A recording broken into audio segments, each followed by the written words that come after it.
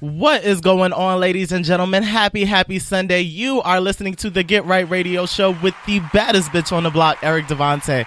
And Kelvin Unique is somewhere at Farmdale with a kinky face mask on. I hate to see it. I really do. Doing my good sis dust. But I have two very special guests in the studio with me on time as opposed to Kelvin. I have writer and songwriter Boys Love Flowers. Good morning.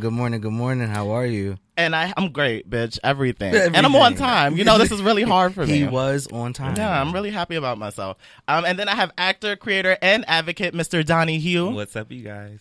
So, good morning. Good morning. How are y'all feeling? Lit. I'm good. Okay. I'm hosting. I had some coffee, so I'm chilling. That's good. It's a good Sunday. Now, when you say lit off of? That's not to be talked about on this radio show. Oh, okay. Well, fair enough. It's a Sunday morning. You can't be drunk all day if you don't start in the morning. Yeah, that's true. Yeah. I mean, I really want to carry out my fast successfully. You almost fucked that up. Me and Ty went on a hike. Yes. Oh, wow. So this month, for clarity, I gave up alcohol, fast food, and liquor. No, that's the same thing. Fast food, liquor, and soda. You tried to add three things to make it seem like it was way more than what it's you three were. things. Okay. Soda's the third. You try to add it twice to make it seem like it's this Yeah, long I want list to make of it seem things like that I'm you- doing something. Okay. Girl, go to hell. You are. Thank Don't you. listen to him. Thank you. Got your goals. So we was doing a hike trying to like clear our minds and stuff and talk some shit. And then he busts out a flask. I and did. He's like, do you want some? And without thinking. On a hike? I yeah. did. And it was brown liquor. No. It was. I was fucking sweating. Absolutely not. And without thinking about it, I was like, yeah, sure, I'll take a Just hit. grabbed it. And then I was like, fuck, why am I so hot? Why do I feel so weird? And I'm like, shit, I broke my fast. It's the Yeah. workout. You Oh, ruined damn, me. you broke your fast. Yeah. Drinking porch liquor on a hike. Right on a hike, out of a flask. Right. Yes. First off, I should not. I had no water. Right. And I'm like, why am I drinking, what is it, Hennessy? It was. On a fucking hike. Yeah, on a Monday. What was that? A Monday or Tuesday? Yeah. Yeah, it was a Monday. It was a hot mess. But the way that you took the flask, I think you have to have a conversation with yourself. Yeah. It was I real- know. It was so it was real. fast. Give it to me. Yeah. I didn't even flinch. That is what it is. God You knows gotta my start heart. back over. Yeah. I gotta pick do it back again. up. And I pick have back successfully. So since you guys are new here, we typically start the show off with just like a recap of the week. So how was you guys' weeks? Mine was pretty busy. I was just creating some stuff, writing, reading scripts, like for real. Mm-hmm. Getting into character, but like in a bedroom is different than when you have your people that you're supposed to be reading the script with, like a castmate. So it was interesting. But other than that, I been at SoCal Club just working. Okay. That's it. Congratulations, because I know you just started at SoCal Club. I did.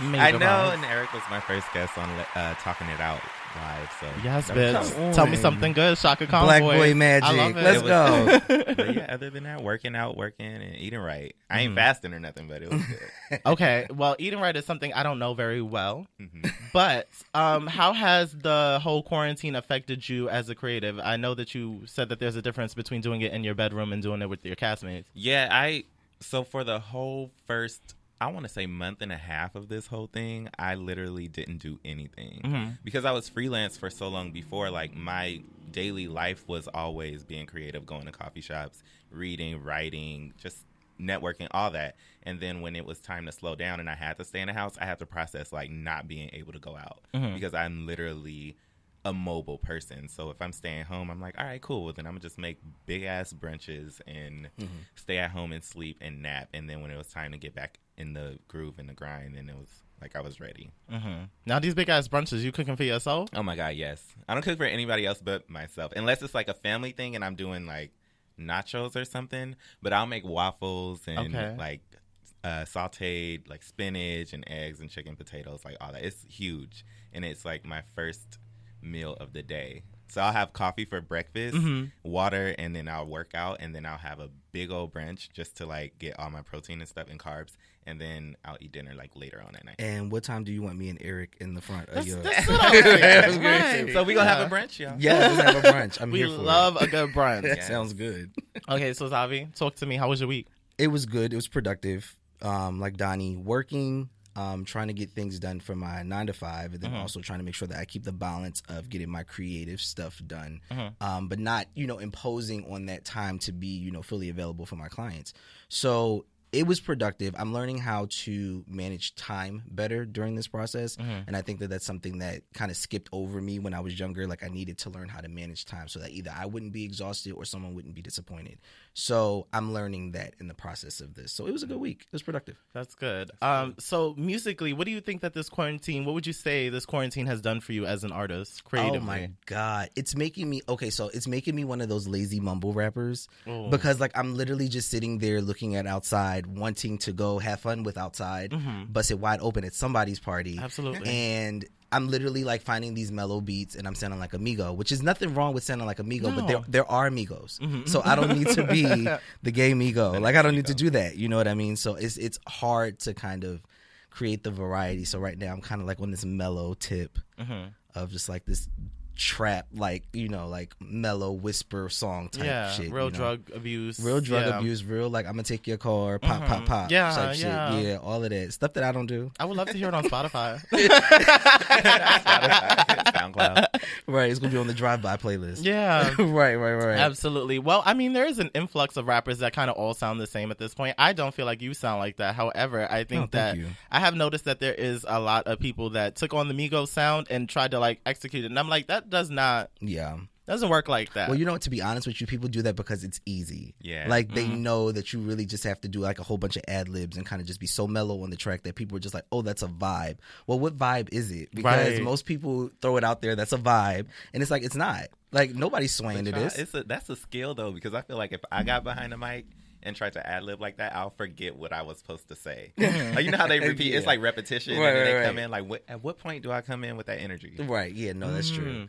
Well, I love an ad lib. I dabble in music every now and again. I'm very sporadic. We have several songs together. Yeah. Yes, we do. Yes, in a video. Ty was the person that really like pushed me back into music because I was doing it when I was younger, but I was dust. Like it was like, ew, this will never see the streets. Oh God. Yeah. And Eric was the one that pushed my first project out. He said, "Sis, if you hold on to this, ain't nobody gonna listen." So look at y'all dynamic duo. Oh God, that's the Issa to my Molly. Yeah. I want to use that reference. Right I know it's a fucking mess. We've had conversations. We're season 2. Yeah. We had conversations, but I say that because I'm like, I love an ad lib, but like Little Kim and Foxy Brown are my influences, so it'll be a real harsh grunt. Like, it don't stray too far from the script. Come on, Grunt. Right. Like, who the fuck is on this track? Come on, Grunt. Yeah, so I feel that, but that's good. Yeah, so it's a process. I'm enjoying it though. I'm enjoying trying to figure out, you know, what I can do with a sound. So it's been fun. Yeah, that's good. Nice. Donnie, you don't dabble in music in any form? No, I can develop a good playlist. If an album comes out, I'm like, literally, I have an ear. So like when people release their albums, like my favorite songs are usually their next big single, or like if you look on Apple Music, like the songs that get the stars next to them. Absolutely. Like that's how I deal with music. Like I am not a singer. I could probably write some songs like a rap or something because I could rhyme, but other than that, no music for me. I think that that's dope being a tastemaker like that. Yeah. Like you create the vibe. A tastemaker. Yeah, I like you create the vibe. Sounds like, tax like deductible. Come on. Yeah. And when I had a show, my brother's a DJ, but instead of calling him a DJ on like my list of crew, I called him a vibe curator. Okay, I'm not mad at that. I like that a lot. I did peep when I was being a creep, and on Instagram, I saw your performance to Fade at the club. Oh yes, a moment. Tiana Taylor. Yes, listen, that was a defining moment though. Like not even to be on no cliche. I told myself, I think 2 years ago or 3 years ago, it was like after college, I was like, I don't celebrate Halloween anymore.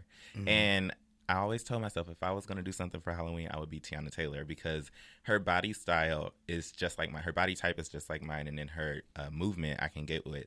And so it was crazy how that happened. Like when Brandon Anthony posted that they were looking for talent or people to do the performance of the music video, the year before that, I was like, okay, I'm going to do it. But then I got nervous and I punked out.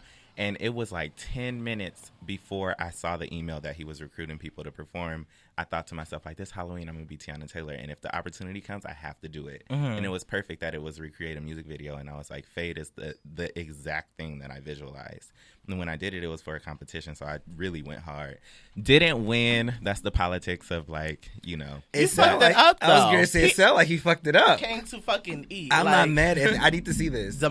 Go through his Instagram. That's why I had him. Yeah, I will. I'm be a creep later. Creep. I'll be a creep later. Yeah, I said if I don't do this, if I don't get my ass on stage and just lay it all out there, then I don't deserve to be an entertainer. Yeah, no, you did. And when you watch it, you'll agree. Yeah. Ladies and gentlemen, Kelvin has gotten through from Farmdale with the kinky mask on his face. Welcome to the party. Yo, look, it has been a morning. Good morning. Good morning. Welcome to our show. This is Donnie. This is Boys Hey, Love Donnie. Flowers, a.k.a. Zombie Hey, Boys Love Tyreek. How you Flowers. doing? I'm Kelvin. Nice Nice to to meet you guys.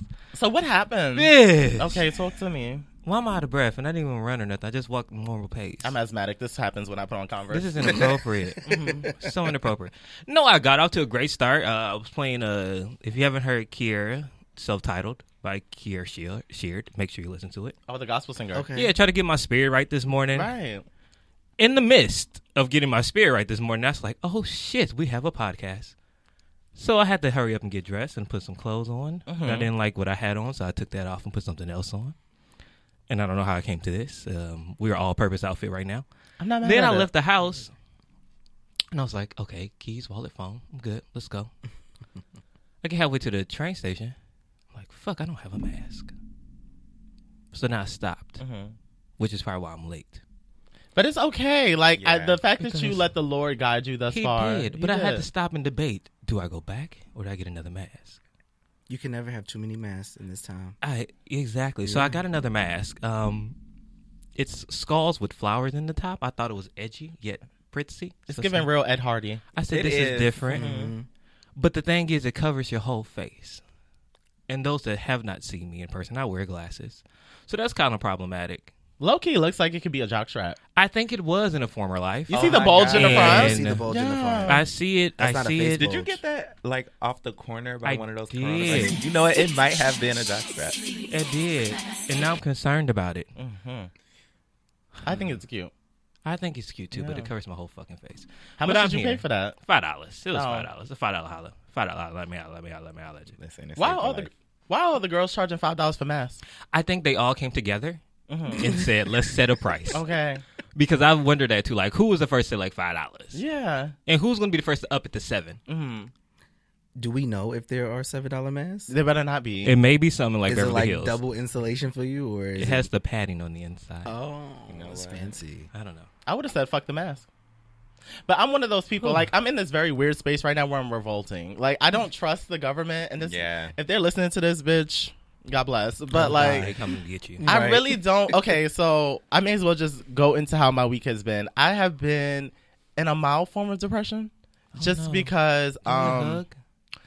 I mean, She I'll might hug you. She might stab you. A-Marie did say touch, so maybe that'll help. But I think Well, I don't think I can provide that touch. Oh, that you- well, not that you're touch. looking- Not that touch. But it's just been a lot. I just feel like there's no way to avoid coronavirus or COVID-19. Like, working in hospitality, every conversation that you have in the morning is about, like, how are you?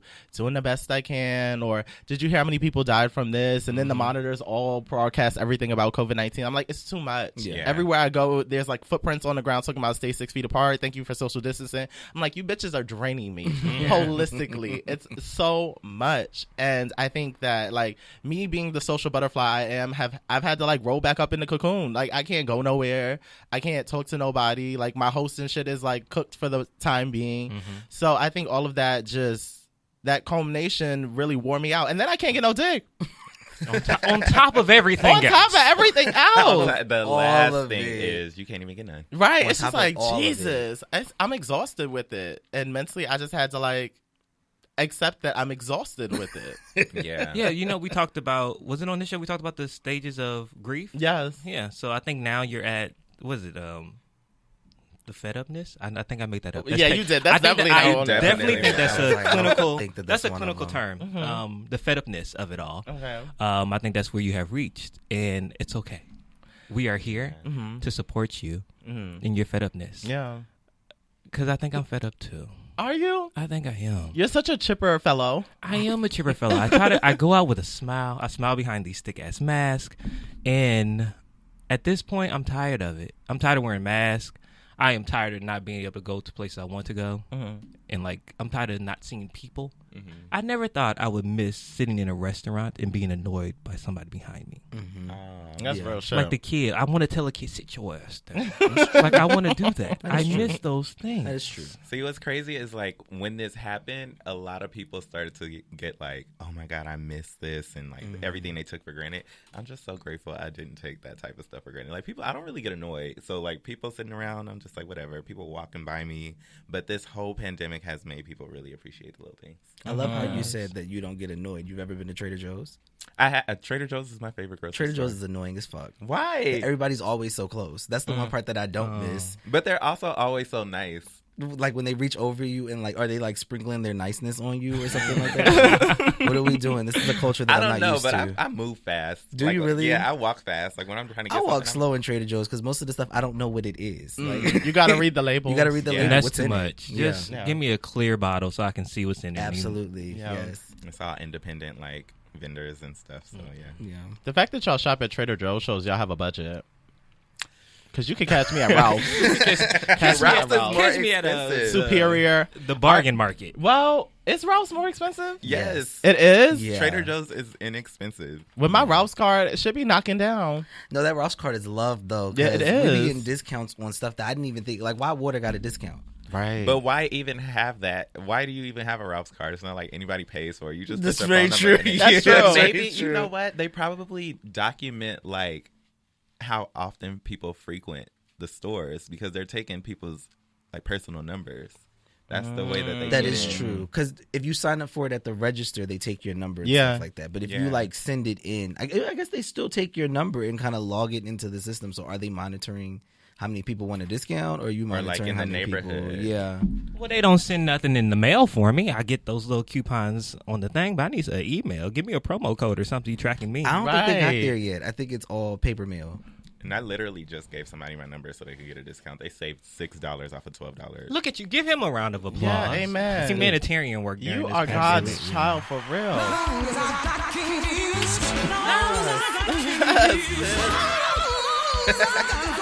I'm sure he appreciated you in that I know moment. he He appreciated did. you. Yeah. Good job.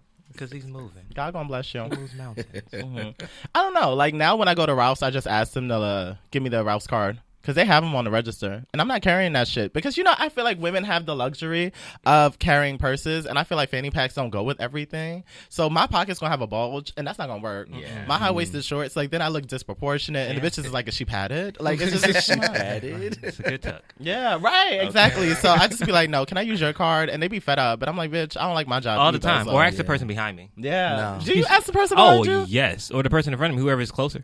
And what do they Excuse me, say? You Yeah. have no shame. There's no shame? There, what? If you ask nicely, excuse me. I don't know them. Excuse me, I see you have.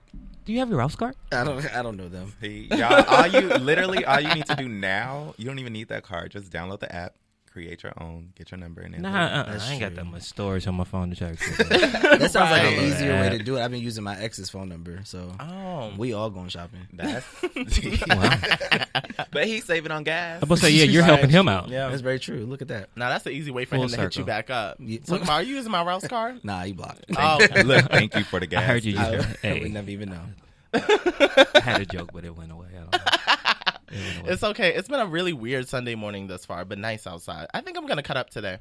What you gonna do? I don't know. Like I'm dying to just like do social shit with my friends. Oh. So I don't know how this is gonna happen, but I can't. I do want to hear how the plan is executed. Yeah. because you want to cut up in quarantine, and I'm excited for what Yeah. that's going to bring. Well, okay. Did you guys see on IG Issa Rae's block party that she's doing? Yeah, No. Yes, she's doing it like the show, but of course this one is over. Oh, okay. Now Did I there's send you? yeah. did I There's no send you the date. link? There's no date yet. Chris sent it to me. Okay. There's no definitive end date. Yeah. So I'm like, I don't know when this is going to jump off, but that is the vibe that I need. I need a block party where everyone is fucking gutter. Like, I need to see bitches busting Alizé. Okay. Like, yeah. I need to see some sucking Arbor Mist Right, in the corner. Come on, right. Arbor Mist. I Yes. need to see While that. slow motion by Juvenile in the background. Yes. Okay. Okay, I need yeah. to hear some hood hop in the other corner Right. Who party is while this? 'Cause somebody's we going. drinking a Four Loko. Where is it? Come on, Four Loko. I That's what I stand a need. fucking visionary, bitch. I'm so excited. So I definitely RSVP'd. If you haven't, take her up on the offer. Absolutely. I need We to don't do know that. when it is, Mm-hmm. but But at least you got a seat. Yeah. Or like Right, a yeah. ticket. I don't know. Like, I just miss hood rat shit. I know we say it on social media to be cute, but that is my brand. That's my life. It is very on Like, brand for you. I don't think it's fair that Megan Thee Stallion declared it hot girl summer. I couldn't have my hot boy summer this summer. Right. She's like, what the fuck we doing? Like, It's her fault. It is her fault. She took all of the fun. Let's beat her She ass. did. And I didn't even get a chance to go to the party. Like, she took all of her fun. let's be clear. I don't think all of us as a collective can beat Megan's ass. Nah, We she No. too should big. jump that hoe. Something about her seem real sturdy. Yeah, Real she sturdy. I know she kicked the shit out of you. I don't don't think want no it's gonna fucking happen. static. Like, off brand. All right, ladies and gentlemen, it is time for Bitch, You Better Read. All right. This should be a good Bitch, You Better Read today. Very excited about this. So, number one. Boosie faces backlash after video resurfaces of him talking about arranging for his sons to receive oral sex from a grown woman. Damn. The ghetto. Child, Boosie is currently facing all kinds of backlash when it comes to his parenting skills after a video resurfaced and showed a discussion he was having when it comes to how he is deciding to raise his sons. In the video, which shows that Boosie was on Instagram Live at the time, Boosie talks about how he has chosen to raise his sons and the activities he has arranged for when it comes to getting them prepared. In the video, he says, "I'm training those boys right. Ask any of my nephews. Ask any of them. They was 12 or 13. They got head. That's how it's supposed to be.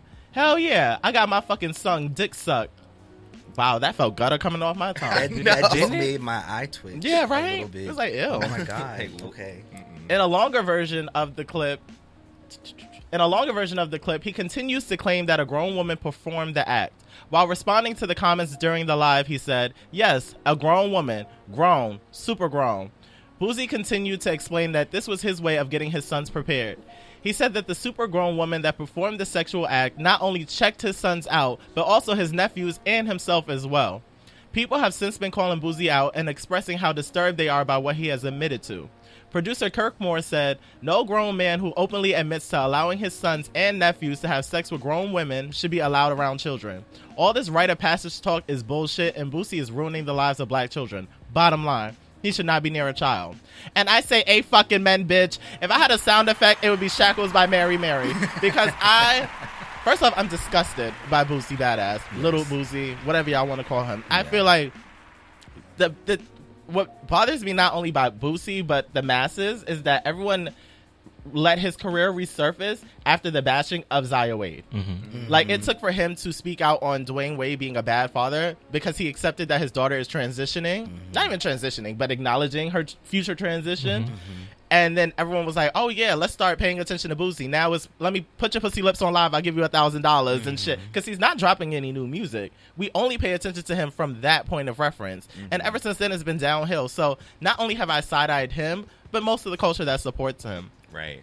But what do y'all think? Because I'll get real jaded on this mic. And I think it's like hella disappointing. Just at the fact that, like you said, he resurfaced after talking about Zaya Wade. And it's like, but you highlight what you do as a father to your sons. Like, that's not okay. Traumatic wise, like, first of all, when people in the black culture are raising their boys, they raise them to be men. They want them to be men. So if a little pussy come your way, you make it okay for your son. Why is that okay? Right. But what D Wade is doing by supporting his daughter, why is that not? Why does the culture look at it like, oh, he's just raising boys? That's not okay. Mm-hmm. Yeah. Sorry, were you about to say something? No, I'm agreeing. I was just holding my peace because I know I'm going to be okay, yeah. Oh, no, good.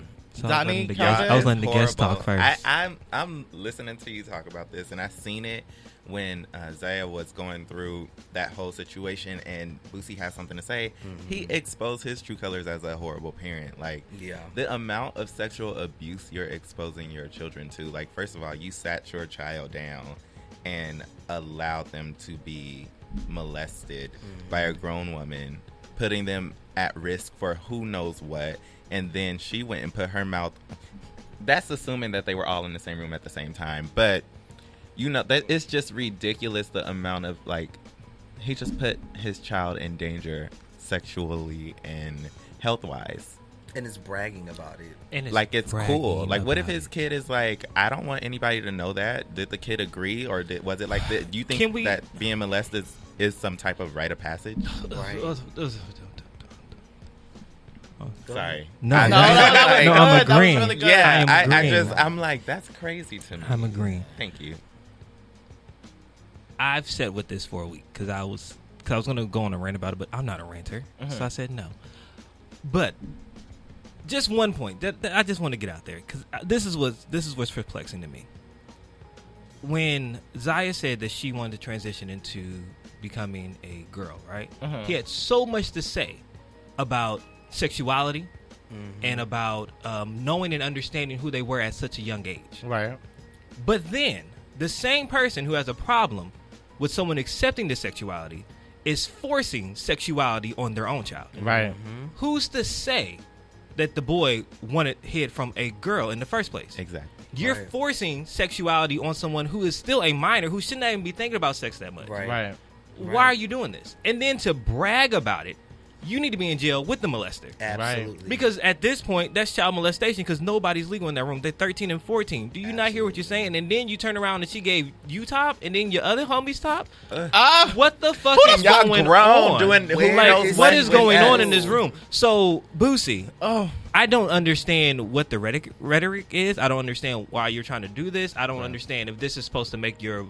If it's like, I want my son to know what it's like, so I don't. Was it like a teaching moment? Because I really don't understand what was the purpose of having this young lady, grown woman, as he says, come in and perform fellatio on a 13, 14-year-old boy. Now, if R. Kelly's in jail, right, she should be, and also him, absolutely, for arranging that, and because she's a fucking whore. Yeah. Well, yes. How does this conversation go? How does this conversation go? Hey, put your last for $1,000. I gotta get into it so I can get his voice. Right. Hey, I want you to come over and put your mouth flips. What? Put your mouth flips on my son. He's 13. But he's so young. Boosie. I know. She didn't say that. I know, but she was like, "How much?" But I'm Boosie. She said, "How much?" I'm Boosie badass. He's badass. And she said, "I loved you on Flavor of Love." Not like, Flavor of Love. Stop playing. Like I don't get it. She probably did. Yeah, she probably. How did. do you say yes? Was it $1,000? Was it the $1,000? That is the thing. Did you put your mouth lips on the 13-year-old boy for $1,000? It couldn't have been $1,000. It couldn't have been. Thought it was less. I don't know. Was it a Birkin? Was it a Birkin or Gucci? It might have been a Birkin. Maybe it was a Birkin. Yeah. No matter what it was, you can't even put value on that type of disgust. Yeah, nah. 13-year-old dick. Like, I will never understand the mind of someone who finds children attractive. No. Like, niggas my age that look underdeveloped don't attract. So, what are you doing with prepubescent penis? Absolutely not. We're no. There's so many layers to this. Layers. And, was Boosie in the room? Right. And then why are you concerned why are you about having with your son? Yeah. Just make sure my son is right. Your son needs to be focusing on his grades, especially and now going to school, because clearly you didn't go. So we need someone to break this family curse. And then 9 times out of 10, the son will say, "I did it because of my dad." Do you like? And do you take like pride in him being able to say that about you, Boosie? Like, that's not okay. What trauma does this give to the child? Absolutely, that's the part that I'm concerned about. He doesn't have a choice in his sexual like desires. First of all, but even if this boy is a heterosexual man, I don't know if I would want my dad to set this up for me. Absolutely not. It's weird. I don't know if I would be excited and for my cousins and all that stuff to be around. Now it's become a show. It's become a spectacle. Yeah. And I don't know how I would feel about that. Yeah. I know, like, as a gay man, I would know I'd be fucking terrified for the rest of my life. Yeah. But as a heterosexual child, I don't know if I would enjoy it or if I would be scarred. More so scarred. I would have punched that woman in her forehead. Yeah. On the way down, I would have punched her in her fucking forehead. 12, 13-year-old me was a firecracker. Yeah, like, girl, stop! that deserves an uppercut. Right. Like, you need to draw back and go up. Yes. Now, what I saw on social media following was even more uncomfortable. Posted in the Good News Radio chat, there was like this Instagram post of whose house would you go to, or whose house would you send your child to? Would it be D Wade? And this is a picture of Dwayne Wade with his legs crossed on the phone, trying to make him look real effeminate. Yep. And then y'all do the most. And then Boozy just looking like a fucking crumb. So the comments were, there was a mix. There were a lot of like even distribution where they're like, they ain't going to neither one of their houses. Then there was some like, I'm gonna send them to Boozy anyway because I don't want my son possibly kissing a boy girl or you know, and just all this shit. And I was just like, yo, who is raising you baboon bitches? That's the problem. Yeah, that's the issue. But it's just so, social media has given so many people a platform. Not saying some should have, no, I am saying that some should have more than others, but just like the ignorance that is spewed, it just really makes me question the world that we're living in, because I'm just like, what in what mind do you not see Zaya Wade as a happy child versus Boosie's kid who's probably scarred? Yeah. And you still willing to send him over there just to encourage this hypermasculinity? Like, I just cannot wrap my brain around it. Where are Boosie's baby mamas at? How many kids does he have now? Is it 8? I don't know. I don't think know that's this future. man's life. Like, But I never see a woman He said, I don't know this man like. like Somebody had to watch the kids while he was in jail. How long somebody was he in had jail? to. That part I don't see. I'm not a Boozy fan. Me at either. all. oh, what Or if she- that has something to do with the fact that like he's trying to wow. force heterosexuality on these kids? Like, Go what off. if he experienced something in jail that he doesn't want? Because if you do go to a place where there are those type of things happening and you're seeing it and witnessing it, you're probably going to think like, oh, these men like didn't have no man in their life, or they end up in this place and they're having sex with other men. You don't want that for your kids. Or maybe he made a decision he's not proud of in there, and he comes out and he's like, damn, like my kid's going to be straight. And you, with the community just putting these two fathers in the same photo and trying to figure out like whose house would you send your kids to, it's like you have a problem with sending your kids to a person's house who gives them freedom to be, only because he might be a feminine man like sitting on the couch with his legs crossed, and then you got this man like pimping his own kids out and forcing sexuality on them. They may not even be thinking about it. There's so many damn layers. That was to this. deep. That was good. It's heavy. Yeah, that was really, really good. It gets really heavy. All right, number 2. Number 2. So, an Illinois woman has been mauled to death by her newly adopted French bulldog. What? Yeah, that's heavy. Over the weekend, an Illinois woman in Lake County was mauled to death by her newly adopted French bulldog in what police are describing as a gruesome attack. On Saturday, May 9th, a friend found the dead body of 52-year-old Lisa Urso, who immediately alerted police. Speaking on the incident, Lake County Coroner Howard Cooper says the injury wasn't the neck. Most were in her legs and arms, some on her torso as well. Just a lot of bites, a lot of scratching. I hate to say it, but unfortunately, it was a vicious attack. Additionally, Cooper says the dog had been bred to fight and was found with blood on its coat, and adds, you don't really think about it happening with a smaller dog breed, but we forget animals can be powerful. This animal has a lot of jaw strength and can deliver powerful bites, Cooper notes. He also adds that the dog has also recently attacked Urso's boyfriend, resulting in her returning the dog to the shelter, but she eventually rescued him again. Wait a minute. Time to Hold on, let me finish before we drag the white community. Authorities say Urso was alone at the time of the attack, which occurred from within the home, and ended with her outside on the patio trying to escape. Period. Go on. Did she wait? I'm sorry, because this caught me all the way off guard, and I was having a moment. Did she die? She's dead. She is gone. That sounded really rough. She Oh, is God rest her gone. soul. Sorry. I know. She is gone. She's Yeah, gone. like So, legit. I have questions. The first question, Multiple. the most important question is, what did she do to the dog to make the dog want to kill her like that? Like, I have a follow-up question. What is it? Now, this was not the first time the dog showed signs of aggression, right? Mm-hmm. They took it to the pound Right. because it attacked her boyfriend. Mm-hmm. And then they brought it back to the same damn house. Mm-hmm. that dog ain't like her. Nor Bitch brought the dog back the caucasity of it all. after he whooped her ass. First of all, the dog is a murderer. Shorty is a killer. Right. Yeah, shorty is Okay. a Fucking killer. killer. Yeah, like a But, French like, bulldog. What did she do to the bull? Did she call the bulldog Karen or something like that? What we doing? I Like, don't know. Maybe she Lassie? slapped it. But why would you bring the dog back if it's going to attack a grown-ass man? And these are the type of people that shop at Trader Joe's. Y'all go there. Oh, that makes sense. She probably was there with the damn bulldog in the cart. But there are so many different ways the story could have gone. Like, think about what was being said in this household. What were they doing?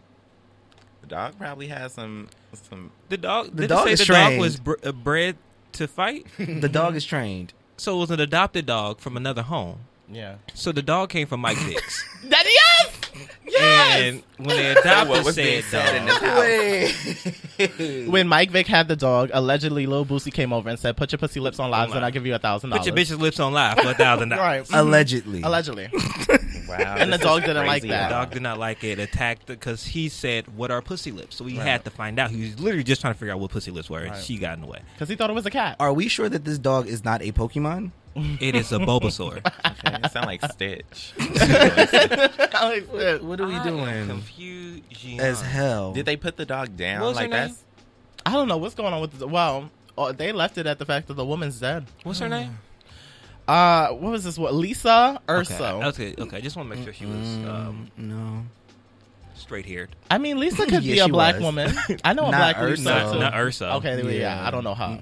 Yeah. She's definitely from a straight hair country. I don't know. All I know is that's wild. Like That you adopt. is Imagine adopting a dog weird. to save the dog's life. The dog murders you, and then it's just continued to go on. And at the end, it says directed by Tyler Perry. didn't nobody Produced by Lee Daniels. By Lee Daniels. Yikes. nobody said why. Like nobody. They didn't put that dog should not be. Well, roaming imagine the streets. wig on the dog in the movie. Right, if it's a Tyler It Perry would, be, movie. it would be on Lifetime, his first Lifetime movie. Yeah. Blood was found on his coat. It'd be a George, Right. George Washington Part curl. 1.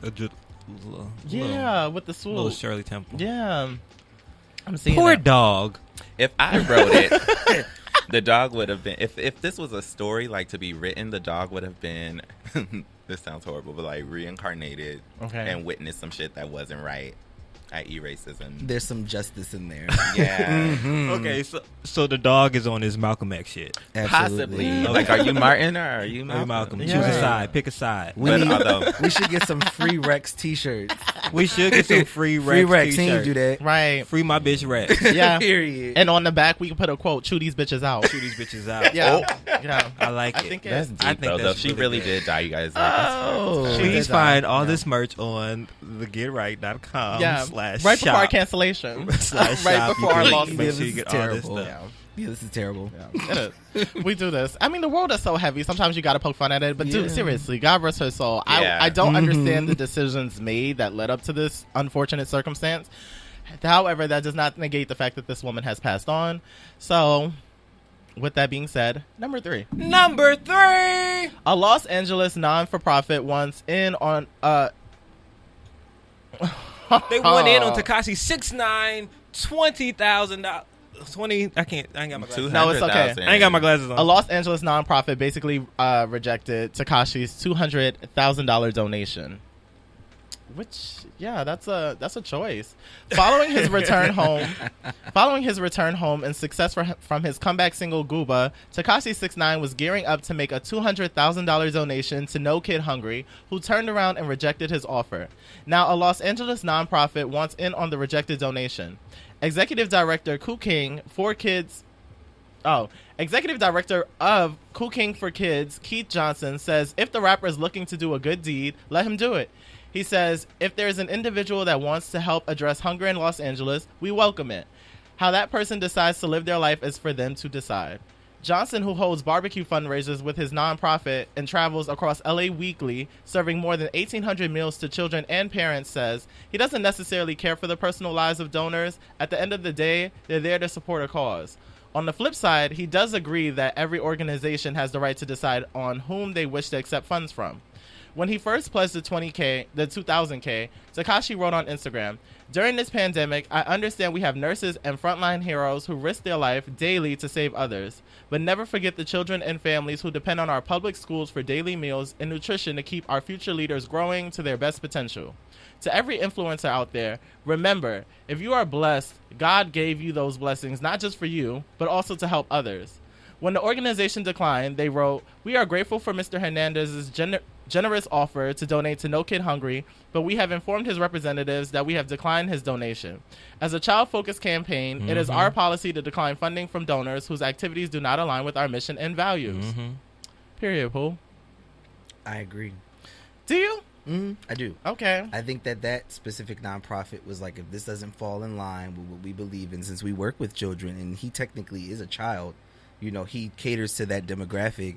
It just wouldn't be right to take money from someone who's so wrapped, regardless of what the story is, who's so wrapped up in something negative in the press right now until he is either vindicated or further so. Like, I just don't think that would be okay. That's like R. Kelly donating to sexual assault. Like, it'd be nice, but people are going to be like, well, we know why you're doing it. Yeah. You know what I mean? It's always going to be Yeah. that side eye. I do believe that all money isn't good money. Yeah, that's a real point. It is. And especially since he has a history with child molestation. Absolutely. And, Domestic violence. Yeah, like, why would you even think that just give it anonymous. We don't have to put your name on it. Yeah. Send it to something else. But I do agree. All money is not good money.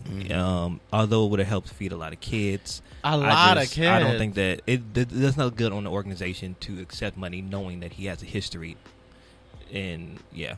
So, I also feel like, shout out you to know, them. and to that point too, real quickly, if they would have taken that money and he would have gotten into some more trouble, it would have been, well, I did X, Y, and Z to the Yikes. police. It's a write-off. Like, you're not doing it out of the kindness of your heart. You're doing it for the clout. Yeah. And if you're doing it for the clout, like, those kids would be better off just getting that donated from somebody else. Yeah. And that's where I'm at with it. I'm like, if the organization needed that, then someone or a pool of people who believe otherwise should get together and donate to these organizations that need this stuff. Like, I would rather, if I was in that position and I seen like, okay, this person with this type of history is trying to donate this money, and this company or organization that needs it denied it because of this person's past and they have moral standards, then I'd be like, all right, all my other successful homies, let's get together, let's get $200,000 and donate it to this nonprofit. Yeah. Just equals out if they were in need of it, of course. Yeah. Well, is this also is this part of his community service? Is this part like No, I think it was just like you guys said, something for him to say I'm that gonna he get did. out. I'm gonna drop a song. I'm going to donate to some charity, and that's gonna be my way back in. Is it funny that I thought that Tekashi 6ix9ine and Bad Baby were the same person? No, I don't even. Well, they probably came from the same family. Yeah, I thought they were the same person. it's not. I thought she was in jail. I realized Tekashi 6ix9ine was like an actual person with colored hair. I was like, okay, I don't know.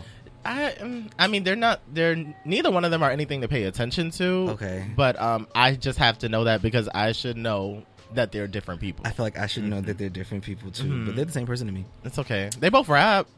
Well, this is a very unpopular opinion. I believe that Adele and Sam Smith are the same people. You never see them in the same room at the Never. same time. Yeah, and Never. she's skinny now. You can't prove that. Sam Smith is skinny. He is. That's true. They They're are the same different. person. They're different. How? They sound good, but I love Houseway. Adele. I love Adele. Can't nobody be They're the Adele. same Is person. she gonna be able to still sing? Yeah, look at Yes. Jennifer Hudson. She still yells. You didn't say that positively. Wait, Well, so her I volume never went cringed, down. but he's not lying. Okay. Like, yeah, she Her is volume a didn't change. Screamer. I love Jennifer Hudson. Really? Do you Like, listen, she's do you really listen to her with headphones on? Yeah. Oh, that's a Wow. migraine. Well, I waiting listen to happen. Fantasia with headphones on. Fantasia's That's different. different. Fantasia's different. That's though. control. Yeah, Yeah, she's Jennifer Jennifer just funny. screams. Yeah, she's different though. Things Oh, do she seem like screams. they come from a different place, though. when you're in Fantasia's your like original church form. loud. She's church loud. Like Jennifer Hudson's kind of like Chicago loud. Chicago opera overseas loud. Like, Yeah. what are Oh. you doing? You want the aliens to hear you? Yeah. Yeah, she just screams. What is Chicago loud? Just you don't have any friends from Chicago? I was going to say that's loud. I have plenty of friends from Chicago, and they are they echo. Oh. It's Dang. like they're always at a riot.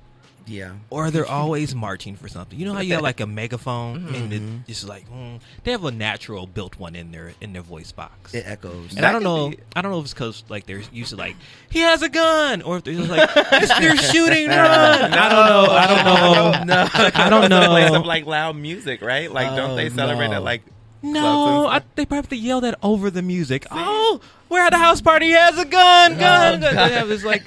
So I think it's like when Boosie set down his child and let them do that. I think Chicago people parents sit down their children and they practice yelling. I think that is one of the many lessons that you are taught as a child in Chicago, especially if you're from the West Side. Okay. I mean, I don't know. That was rough. I don't bang with too many bitches in Chicago. Me either. I only know like 3. I feel like it'd be fun though. Lavelle, James, Elijah. Okay. Laura. There's a big Chicago population out here. Yeah. Where are you guys from? I'm from Philly, so we just as loud. You're from Philly? Yeah. I am. I say things like water. Water. Yeah. Water. I'm from Queens. Okay. Yeah, New York. Allegedly. Bitch, fuck you. From where? He says allegedly. He wants me to be from Brooklyn, the Bronx. Like, the gutters parts New York has to offer. Please stop slandering my brand. I won't at all. No more. Dang. I'm from Indiana. Okay. Which is so fucking podunk. You have the audacity. Indiana. Show. Indiana is an all-American state. My town, I go through this all the time. All-American 3 year in a row, and one of the best places to raise your children. Right here. Bitch, there's about 3 kids in Indiana. I am a product of Fort Wayne, Indiana, one of the greatest cities ever. Wow. Look how we turn out. Wow. Come on, Fort Wayne. Wow. Shout out to Fort Wayne. That's right. To the F-dub, as they call it. Oh. Nobody's calling it anything because nobody's talking about Indiana. I've never heard of that. Or we call it the Fort. Yeah. Yeah. You That's bitches nice. want to be Where you down from? so bad. I'm from Los Angeles. Hold on. That's 'Cause established. when people Yeah. say that, you're from Los Angeles County. I grew up in the jungles. Oh. I lived in the jungles for 3 months. Did you? My car was broken in 3 times. I don't know where you live. I lived right off of Santa Rosalia. Okay. Right across from the Crenshaw Mall. Oh no! Like right there. See, that's you gotta be like on the adjacent. If you're anywhere on Stevely, August, Nicolette, you're bound. But it depends on when you live there because it's not that bad. Like I don't know if it's just because I grew up. 2017. That is authentic Los Angeles right there. He told you where to go. I was born at Centinela Hospital in Inglewood. Come on, like, I'm Centinela. literally from Oh, wow. LA. I'm not one of those San Fernando Valley kids. Yeah, 'cause people be Orange lying to me. County. I'm all the way LA. That's why I love Insecure. Can so I much. ask you a question? Yes, that's your hood. Sure. What's the best kept secret in Los Angeles? I like to ask people that are from LA, but since you're from here, in the Inglewood area, is there a place we need to be eating besides stuff I eat and Simply Wholesome?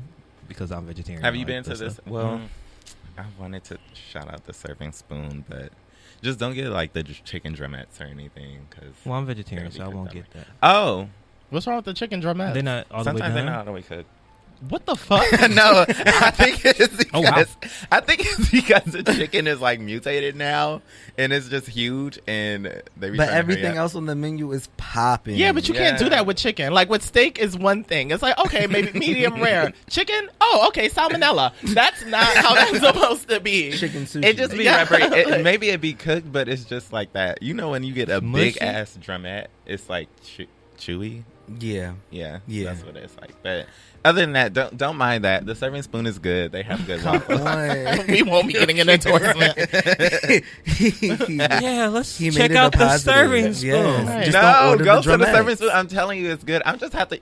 With any place you go, it's something there that you got to warn people not It's to very get. true. Mm-hmm. Like, Like when if people you go to ask us- Roscoe's, I would tell you don't get that macaroni and cheese. I was going to say the same exact thing. I've never People had say, it. do you go to Roscoe's while you live out there? And I'm like, yeah. And they're like, well, what's the best thing to order? Like, is it good? And I brag about it, but, don't order the mac and cheese. Yeah, but the You'll- waffles and the you'll be chicken is dead. bomb, and Yeah. the fries. Oh my god! The But you know reason that you go already. there. The reason you go there is in the name. Yes. Don't stray away. Okay. Serving spoon? Serving spoon. Okay. What's our next adventure? Chicken drumettes. Chicken drumettes. Yeah. Yeah. Chicken sushi. Excuse me, I like my chicken drumettes medium rare. Okay. I wonder what happens when you say, can you Well cook my done. drumettes well? I like a well They'll done. probably be like, Does the "What did waitress you look just at you say?" like, why the fuck did you just Why say would that? you say that? Well, between me and you, there's a little rumor. The that street you guys, said. Right. you guys don't cook your chicken thoroughly. Right. I don't know So who said that. Right. Oh, I'm not going to put man. them out there, but here's his Instagram. Okay. Right. And here's the link to the show. Rumor has it your chicken drumettes have enough life in it to chicken head on the plate. Stop. That's not gonna Word work. on the street. Play they right were, there. Play It was right just there. a warning. They aren't famous for their chicken. Okay. They are now. Yeah. Right. I had serving spoon chicken. Stop. up. I love the serving spoon. The pancakes are good. Oh my goodness. Okay, so before I move on to number 4, I wanted to also talk about some of Tekashi's more social controversy. So more recently, his comments with Snoop Dogg. Did you guys see Snoop Dogg's Instagram post? Mm-mm. Let's play.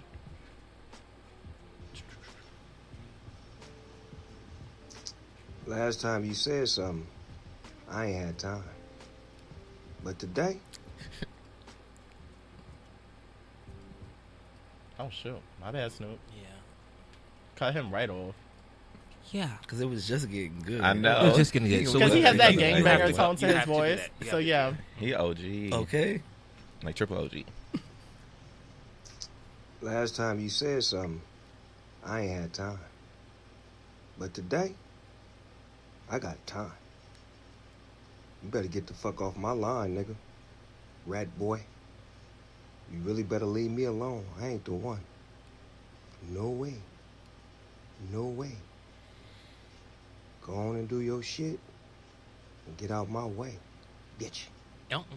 You funky dog head, rainbow head, dog head, bitch. Yeah, you. Better leave the dog alone. Go find you a cat. Tom and Jerry shit. Ooh. Fuck with the dog. Nothing nice. Bitch. Rat boy. He's killing me. I know.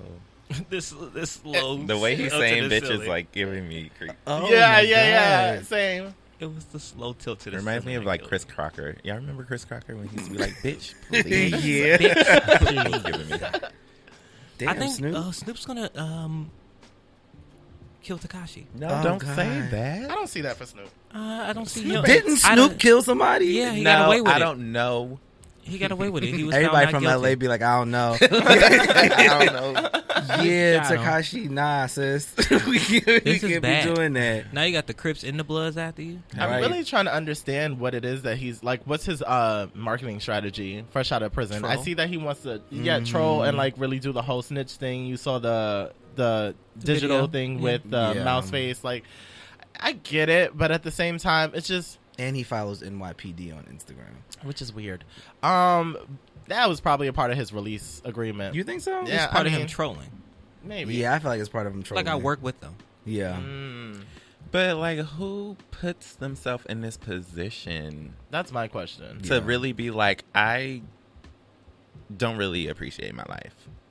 Yeah. Like, you messing with Snoop Dogg. First of all, I don't know who else you mess with, but Snoop Dogg Of all people. and all these people, and the way he said it was so calm. It's like, Yeah. you wouldn't even know who's coming after I you. think Snoop Yeah. was the first person to call him a rainbow-headed red face bitch. Like, He read him. That's about to be a hashtag Yeah. on Twitter. That's the T-shirt. Yeah, Mhm. he did it with Gayle King, and I think it's gonna be a thing. Snoop don't give a fuck. Yeah, he don't. Okay, At all. Snoop don't care. Yeah, I don't understand what the marketing strategy is. As an artist, I would try to stay low. Like, even on some, like, I shouldn't be saying shit for like the next 4 or 5 years type No. shit. Yeah. Like, you're Yeah. done, sis. Like, that's it. He can't Yeah. because of our. Well, we have to look at who he's panhandling to. He's not for us. No, not at all. He's for these young kids who just live. Well, have you heard the song? I heard Gooba. It's a whole bunch of yelling. It is, but that was his music before. I didn't know he had music He had before. music before, and the kids loved him before. And now Okay. that he went to jail, now he's back, and now he's more extra and more just doing whatever. Yeah. They're just gonna eat it up. Well, Like, you'll get some people that'll say what he did was okay because he only snitched on the people that was kidnapping him, beating him up, and doing all this stuff to his mom. So he's like, why would I defend them niggas if, you know, them niggas never defended me? Yeah. It's in the public, Pooh. Like, you gotta, like, lay low. Yeah, I mean, I'm personally like I said last week, I'm not one of those people that's like, oh my god, he snitched, da da da. Like, I don't do street codes. My mom didn't raise me like that, so I'm not gonna act like I know it. But I just think he's a cornball. And then this is a weird thing to me is that he's thriving in hip hop, but everything he's doing is so anti hip hop. Yeah. At least the foundation of it. well, he's not thriving in the hip hop community. Now you say that, thriving, but he did sell those. What is it? 20 million, 2 million in records. I don't pay attention from to that for that just dropping that single. Like, I guess did people click it because they wanted to know what he went through within the past couple of years? I think they wanted to know what he was going to say because there was so much controversy. I didn't know he was in prison for 2 years. That time flew. He ain't say shit in the song. But ha. But that's the point. Like, he doing all that. Maybe that was the whole thing. Like, as for a marketing strategy, talk all this shit about people and then put out a song and see, like, people eat that type of shit up. Like, they're going to go to the song like, oh, I want to know what he said first, just to see, like, if it pops up in media, like, who he talking about, who's going to be after him next. Right. And he ain't doing nothing but screaming. He's like, I got all y'all. But on the outside, he's causing so much problems with other people. He is. Like, people were saying that he was like a walking dead man. Like, you're walking around and you don't know. He could have been watching this new video and somebody would have been behind him, like, ready. Yeah. But no, Remy also said on State of the Culture, she said, who gonna kill him? She said the streets are different now. Yeah. Streets are very, very different now. And it's not like I'm wishing death on him. Yeah. But she said, who gonna kill him? You know Remy Ma now. Remy might she shot a bitch over a stack. She might do it. But what was done to get that stack? Right. She might do it. Shit. I don't know. I mean, I don't wish him any harm. I do. The one thing I will say, and I won't get like super pro-black, but I feel like it's kind of like already in the statement. I don't like the level of access that he has to the culture. Absolutely. I do not like the level of access that he has to the culture. But it's very weird because, like Kelvin said, he is made for a certain group. However, when I go through the comments on the blogs, it's like very divided. You'll see a lot of people saying like, y'all mad he's back, da-da-da-da-da, King of New York, which I really hate that title. Yeah. And just like all these things that lead me to believe that it may not be that white valley demographic that you think it is. I think it's very... Us? I think it's mixed. And it concerns me because I'm just like, we do this thing where it's like, a white person will do something good. Let's invite them to the cookout. It's like, you bitches gotta stop being so quick with the invites. Like, it's just... It's okay to have things exclusive to black people. It's a beautiful thing to have things exclusive to black people. But I feel like we think it's not validated until we've managed to like make it cross culture. And I pointed that out with many things. The awards that we praise versus like the BET, we done switched it to EBT. Like we always talk shit about ourselves, but then black people are number one. It's like the messages are so mixed. And the way that we treat Tekashi or don't treat Tekashi proves the point. Like, why does he talk so crazy? And why are y'all still streaming? Why is it okay? Why is he the face of black blogs everywhere? Him and the Kardashians, I'm just like, I don't. And they're not even black. That's my point. Yeah, they're not even black. Like, and it's not to say like a Justin Timberlake can't appear on a Shade Room or a Neighborhood Talk. Talent is talent. Like, that probably wasn't the best example because of the whole Janet thing. But like, you get my point. I'm just like, gonna pretend you said Robin Thicke. Okay. Like, my point is, it's not like, oh, a white face cannot be on these blogs, but don't do it for the reasons of them trying to take parts of the culture and push it. Like, that I don't like because it perpetuates it. And just causing so much drama, like the energy you're bringing to the culture. Like, there's a difference within the hip-hop culture when there were beefs and stuff like that. Like, yes, it got real, but there was also an understanding. Like, I feel like this new generation and the people that are trying to pick up that culture don't really get the true understanding of what hip-hop was really based off of. Like, when you think about NWA and like East Coast versus West Coast, like they had their boundaries. Like, there was they were disrespectful, but there was no like shit that'll get you like really, really taken off, but you're doing it on purpose. Like, you don't understand what's going on. That's what I'm saying. Like, with him, it's like you're talking about a legend in this shit that helped create hip-hop and what it is, and legit you're just going back and forth like causing problems with this man. Like, he does not have to leave his house to get to you. Absolutely not. He sure don't. He doesn't even have to like, and you weren't on his radar at all. You put yourself there. But I think he does this because now he knows that he's under protection. Like, wherever he goes, he's going to have security. There's people outside of his home at all times. Like, no one is really going to walk up to Tekashi and punch him or try to harm him. I don't know. They did it to Soulja Boy. They did Soulja Boy. Soulja Boy ain't got the security that Tekashi has now. No, that's true. You got a point. Ain't nobody looking out for Soulja Boy. That's true. And see, why when someone that, since we're talking about the black community, like, why is it when someone that's in the black community does something as immature and just outlandish as something that Tekashi is doing, why do they get so much heat from us? But then get praise when you're not black. Do you have an example? Even though you're completely valid in this point, because I could easily throw out the way we treat Jason Derulo for doing something as simple as TikTok. So we really bash this man, and like he's a cornball. Da da da da. He's literally just dancing around the same shit we're doing. Yeah, but he has a name behind him. So like we, but all of them are him. Corny though. Yeah, but it's like we're so cruel to our own. But there's this wiggle room that we create for people that are not necessarily in the culture. Like, yeah, no, that's true. But I don't understand why we never really truly embraced Jason Derulo. Because Jason Derulo never came. He didn't start on this side of the coin, and I'm not saying he's not black. Musically, he hopped in the pop side, so it was like we had to warm up to him. But he was so in pop for so long that now is like the first glimpse we're getting of him. Not even him trying to be on the black side, but like it was like Sean Kingston. Yeah, but I don't know if like he just like Lizzo. Lizzo makes pop music. Well, I don't think the black community is embracing her either. However, I think Lizzo she's never strayed. I just think her music fell in that realm, but her as an individual, I feel like she's always been like, I am this big black woman, da da da da da. Like the music may be pop, but her energy wasn't. Jason Derulo was kind of just like, I'm here. I'm Jason Derulo. Yeah, but when he said he's here, he never said it over here. Yeah, he wasn't ever really at like black shows, like black award shows. But do you think that's because we didn't embrace him? Quite possibly. Yeah, that's possibly because think of Usher's OMG. That was a complete crossover. Yeah. Went number one, but not because of us. Yeah, definitely not. And when I think of songs like Wobble and that's all. Yeah, that's all the same sound. He has the he had that other urban cut. Not Come the on, urban cut. Not the urban cut. Oh, Talk Dirty to Me was urban. It was pop. That was a pop song. They tried to make it urban. He had that Swallow with Nicki. Swallow la la. Oh, Nicki. Okay. Nicki did it too. Like Nicki went through it. I feel like we never really accepted him. I don't know if it was because of his curl. I don't know if it was just him or what. He's a beautiful black man too. I hate to see it. But you know how I feel. Black comes in different. Jason Derulo places. also kind of came out when trap and R&B was becoming a thing. Yeah, and he was still that pop one that couldn't really cross over to the trap sound, because we won't pretend that Rihanna's Pour It Up didn't start the sound for the way that these kids are doing this right now. Yeah. When that came out, he was still making those Pop-Tart chart songs, and it was starting to be phased out because now you had the little white girls that want to be black girls now because of the Kardashians. It was all timing. All of this shit shifted to our culture, although it's always been our culture, but they digged more into it around 2012 when things started shifting. Beyonce did Drunk in Love because she was like, everybody black now, so I can make black music again. Yeah. You know what I mean? So it was just a shift. It was a complete shift. And I think Jason Derulo kind of got lost in that sauce. That's a very, very good point. Yeah. It's sad though because justice for Justice for Jason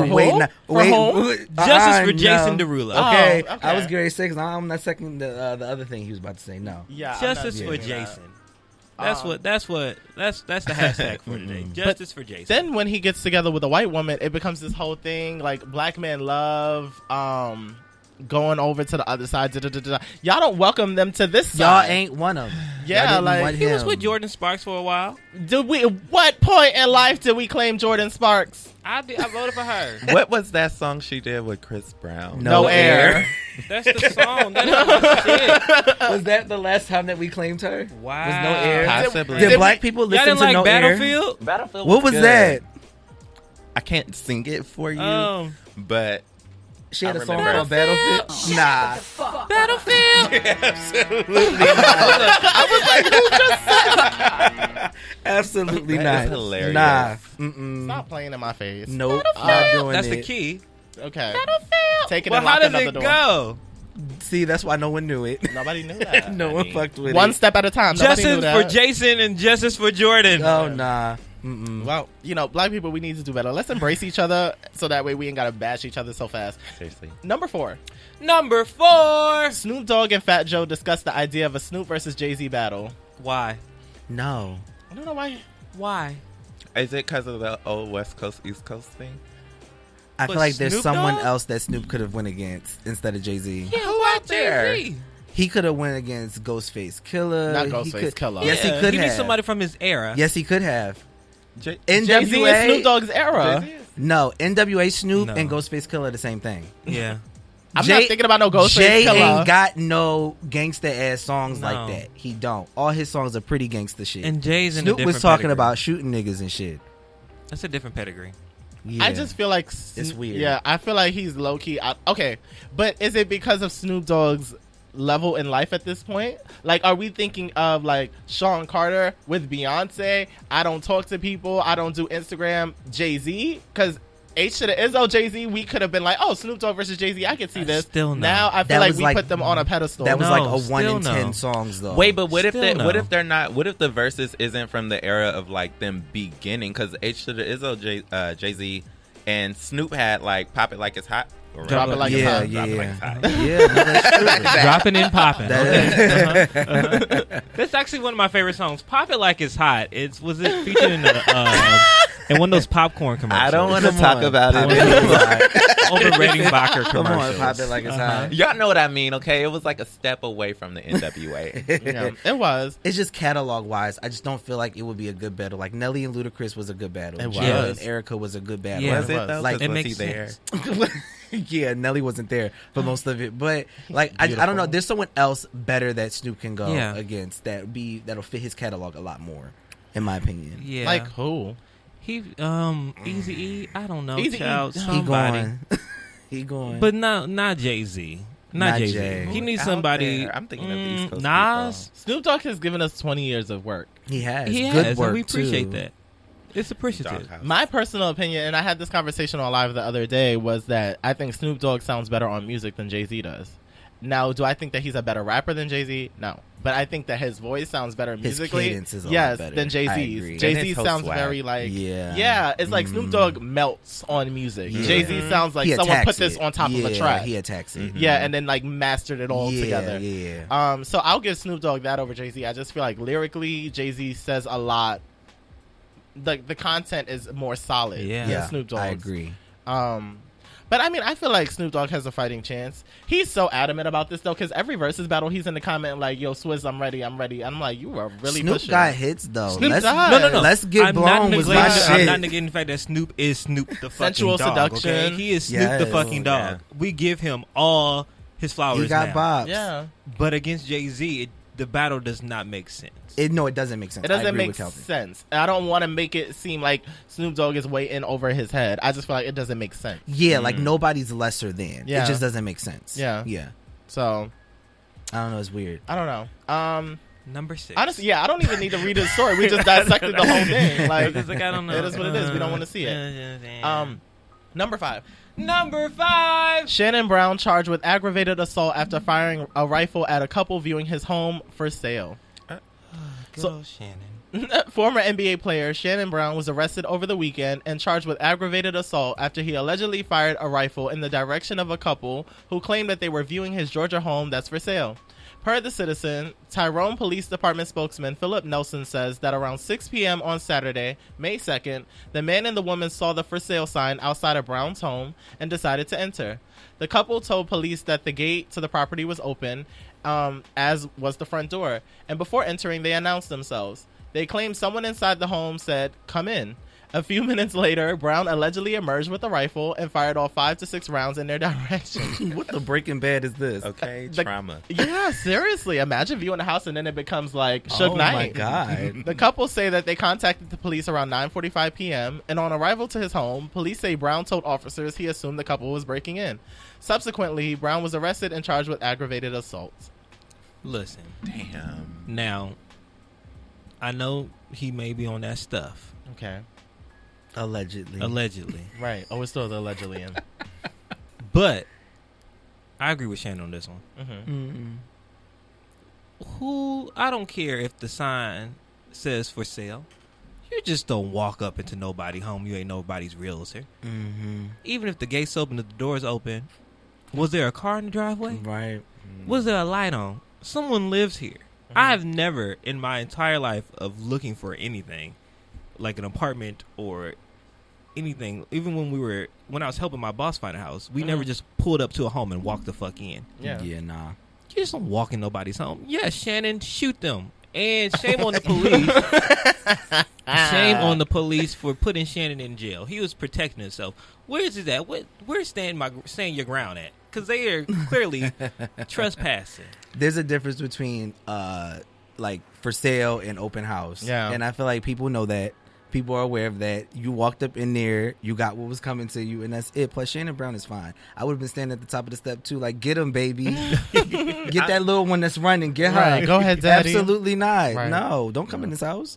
I'm trying to understand why it didn't cross their mind that something might happen. Because it was a car lot around here, and at first it was gated, but when I got around the side, I seen like poles, so you could walk through the poles and look at stuff. So I was looking at cars, and in my mind, I'm like, somebody gonna yell at me. They might come out and be like, hey, what are you doing here? Yeah. To walk in somebody's house and to experience being shot at, that I don't want to go on that Absolutely not. without permission first. Yeah. That's And after the second round, like what?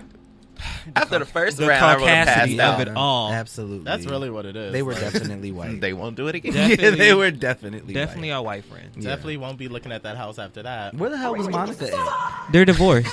Oh, she wasn't there. Yeah, Tokyo Monica's Tony. gone. Monica gone. That's it. Why you're going through this. Go ahead. Damn. Wow. I hate to see Poor it. Shannon. That's some wild shit. But that Justice for Shannon. To get shot at, honey. That has a ring to it. I like that. Justice for Shannon. We I should like get that. shirts. yeah. Yeah. And then you put a gunshot after it. Boom. With a Yeah. quote on the back. Just Justice shoot for these Shannon. bitches Just up. shoot these bitches up. Okay, walk in. Ra-ta-ta-ta. Yeah, right. Also available on the GetRightRadioShow.com. Yes. /shop. Yeah. Okay. And that was all for bitch. You better read. Okay, so now it is time for the topic.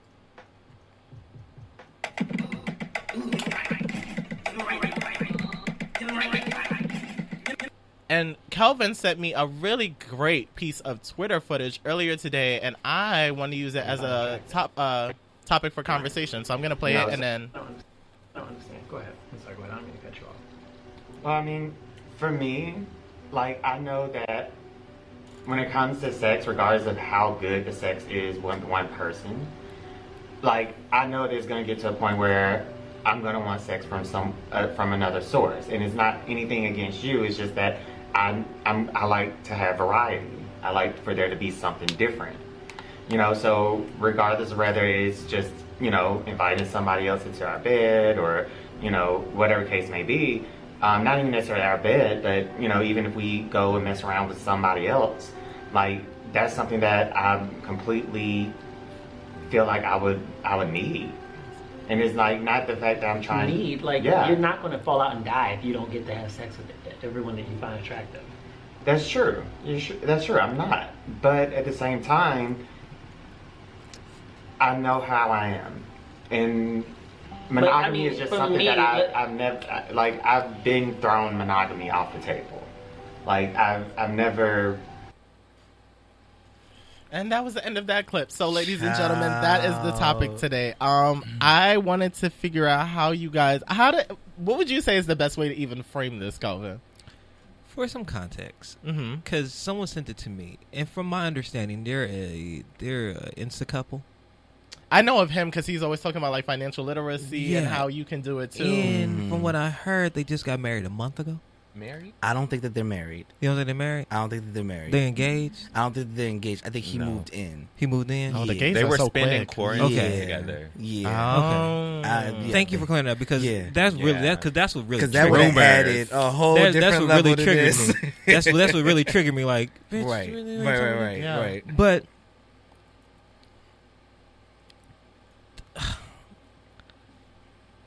Express yourself. this is I'm just trying to figure it out because even if we're not married or engaged, you're living with me, right? Yeah. So did we not have these conversations before we get serious? Because I for me, I don't think it couldn't work for me, but I understand for everybody else's relationship, that's their relationship. But when do you have that conversation with someone before it gets to that far? Because he was damn near in tears. So that means that he was invested some type of way for some type of time. Now, I know on the first date, maybe this is why I'm single. Because I like to ask, what's one reason why someone wouldn't date you? That's a good question. Why would somebody date you? Question. And then that may be one of the reasons why somebody would not date you. I don't believe in monogamy. Put that on the table. Like, especially if I'm dating to date, like to get married eventually. I want to know about you. I'm gonna dig deep. Maybe on the first date, pop that out. But before I pack my stuff up and move it in, I would like to know where we're going with this. And it also makes me wonder, especially like in gay relationships, what conversations are we actually having? Is it more so just about the sex relationships? Are we talking about life goals? Like, are we talking about future plans? Or are we just happy that we have somebody that we can laugh with and that we can listen to Beyonce with? Like, what are we doing? Like, where are we going? Because that conversation, first off, shouldn't have happened in front of no fucking camera. Nah, clearly not. Why do we need to know this part? And when you said he's crying, those are love and hip hop tears. Do y'all have the backstory on this? The whole entire thing, because it's been like a series. It's been a thing. Video. Really? So Please inform us. They've decided to. Okay, they were friends before, and I know MJ. They were friends before, and then there was a birthday party that MJ had got invited to. It was Corey's birthday, and then from there, like, he realized how intimate the setting was, and he felt like, okay, he invited me because he is interested in who I am. So then they ended up becoming more than friends. Quarantine happened, and they decided to spend quarantine together. So if you've been following, or maybe if you go back to MJ's IGTVs, there's his brand has shifted in a way to where it had become more about the relationship and not much about the financial literacy and empowerment and stuff. I was wondering when that shift happened. Yeah, it was right around when quarantine started. Okay, got it. And then they would just take you on this journey. So what's crazy, because you said you would ask someone what's one reason why people wouldn't date you or somebody wouldn't date you. You need to know pretty much all the reasons why somebody wouldn't date you, because there were so many reasons. They have been so up and down in this relationship. They had split. They said they weren't going to do nothing, but they were still going to still live together. And one of the reasons was because Corey didn't want kids at first, and then there was another reason with his history. But if you pay attention to it, I feel like the whole moral of their story is for people that are watching to develop compassion for the complexities of different relationships, because that story threw me in such a whirlwind. I was concerned at first. I was like, okay, what is happening? Because this just seems toxic off the bat. It was just, but that was me coming from a personal place of what I did experience in relationships and what I wouldn't want to deal with, and looking at it, it was it's so many ups and downs. This is too quick. There's a lot of confusion. What's happening? Feelings are super fast. You say it's one thing, you say it's not, and then it's just a lot of emotion, but in front of the camera. So maybe he's using it as a lesson to teach people stuff. Maybe.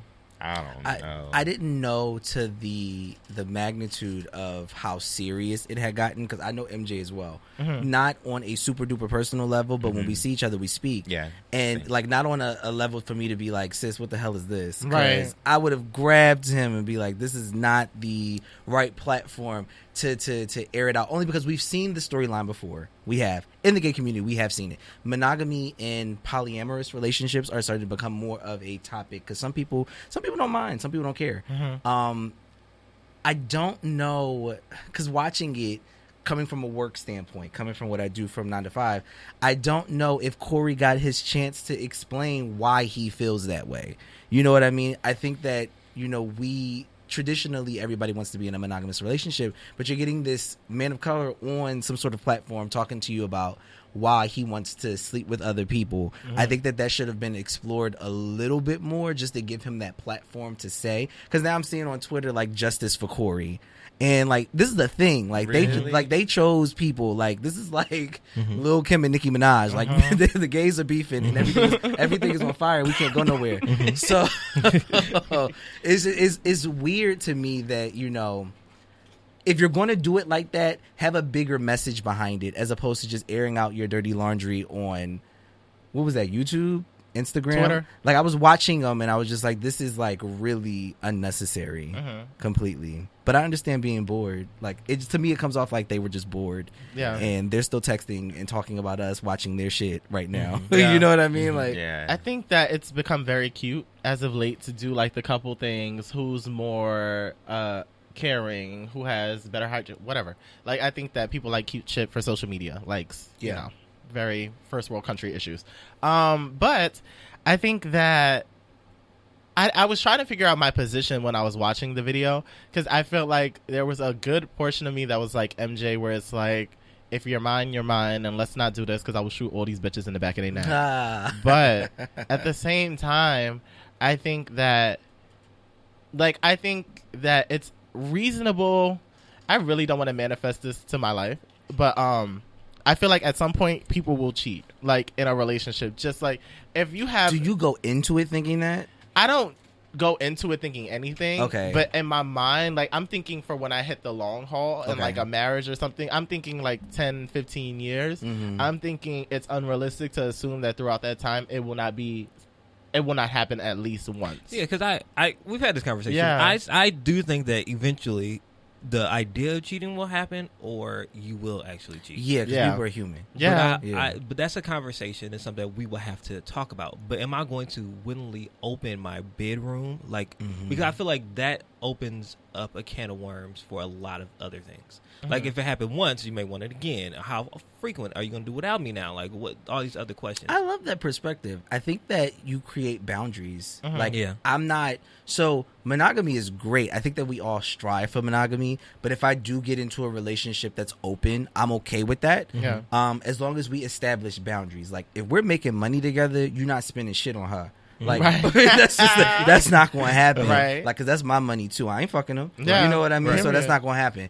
As far as like the whole, like, you know, I want to be with several different people, you know, during the process of it. I don't think that's what the goal should be. It should be, this could very well come up. And if it does, how do I approach this with you so that we can have some sort of understanding? And if it comes up for you, how you approach it with me so that we can have some sort of understanding. If you go fuck, you know, one person while we're together, or shit, maybe 5 people while we're together, in the course of that, if we have a boundary and an understanding that this is what that is, I'm okay with that, because I'm bad as fuck. Yeah. So you're not going to go out and find, you know, anything that I give you. So on the other end of it, would I go out and do a whole bunch of shit on my partner?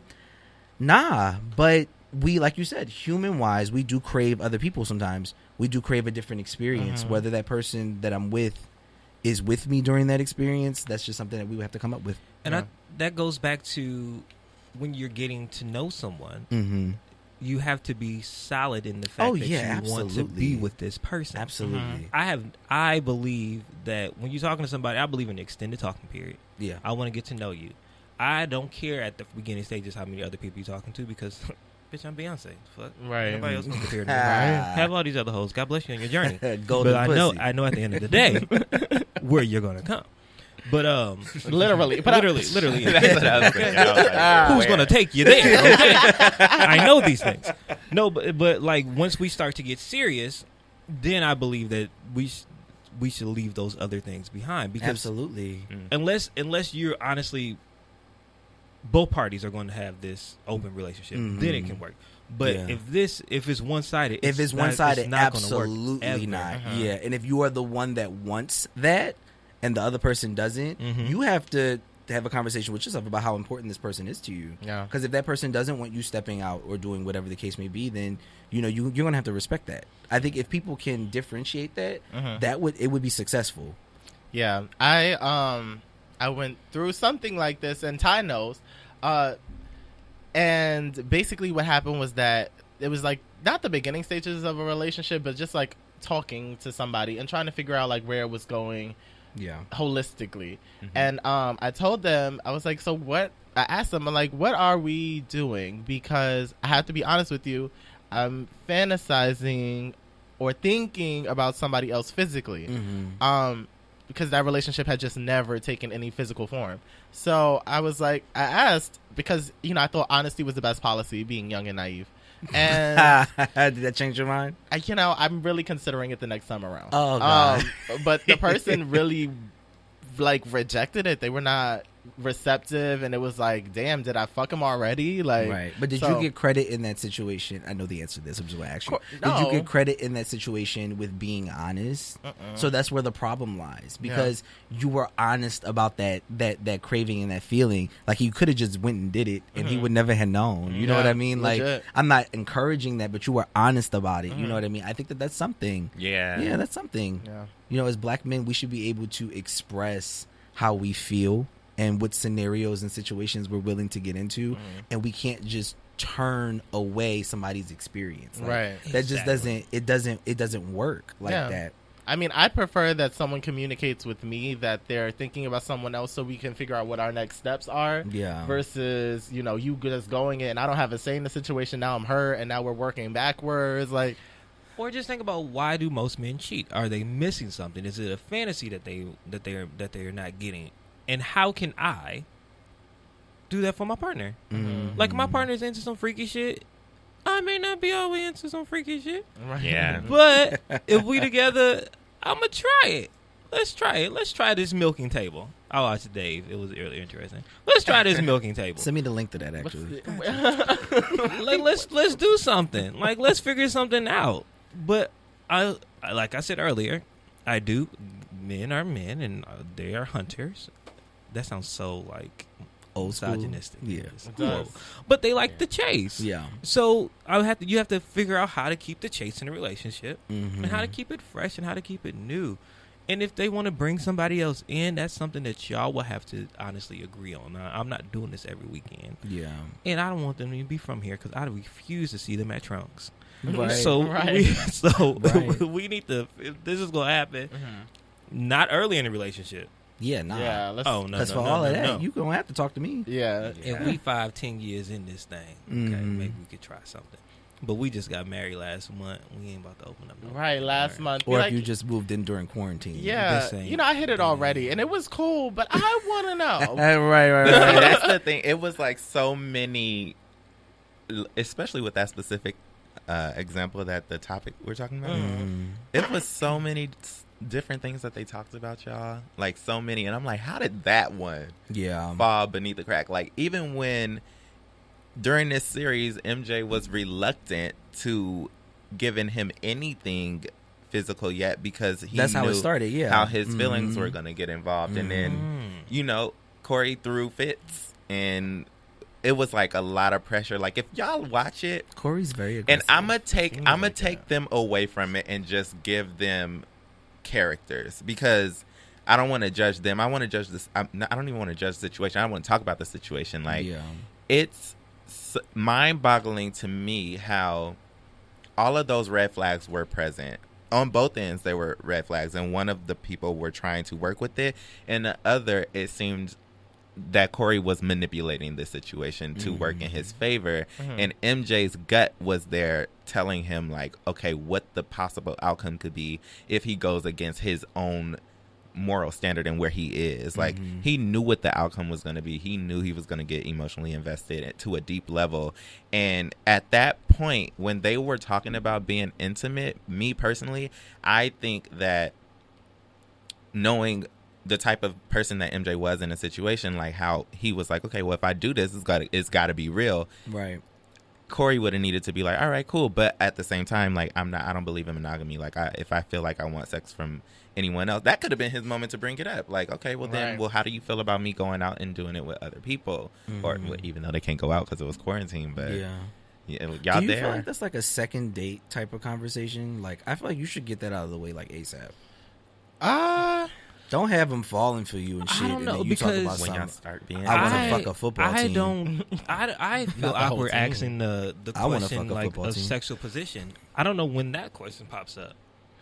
Like, I don't think I've ever asked that on a date. Do you have any of the apps? Because that shit come up the first message. that's because people be horny. Yeah. They like, wait, I Yeah. want to know what position do I need but to like, be if in. I'm honestly like trying to get to know you, that question doesn't pop up. But I do think what question does pop up is like, how do you view relationships? Yeah, yeah. Because I know I have a very strong stance on how I see a relationship, because just how I grew up. Like, because you from the F-dub. I'm from the Fort Wayne, one of the greatest place to raise your children, the Fort, Come on, Fort Dub. So I've seen marriages like last 20-something years, so that's what I want. Yeah. So I'm like, they ain't got nobody else to go to out there. Wow. I'm just kidding. Wow. Fort Wayne is lit.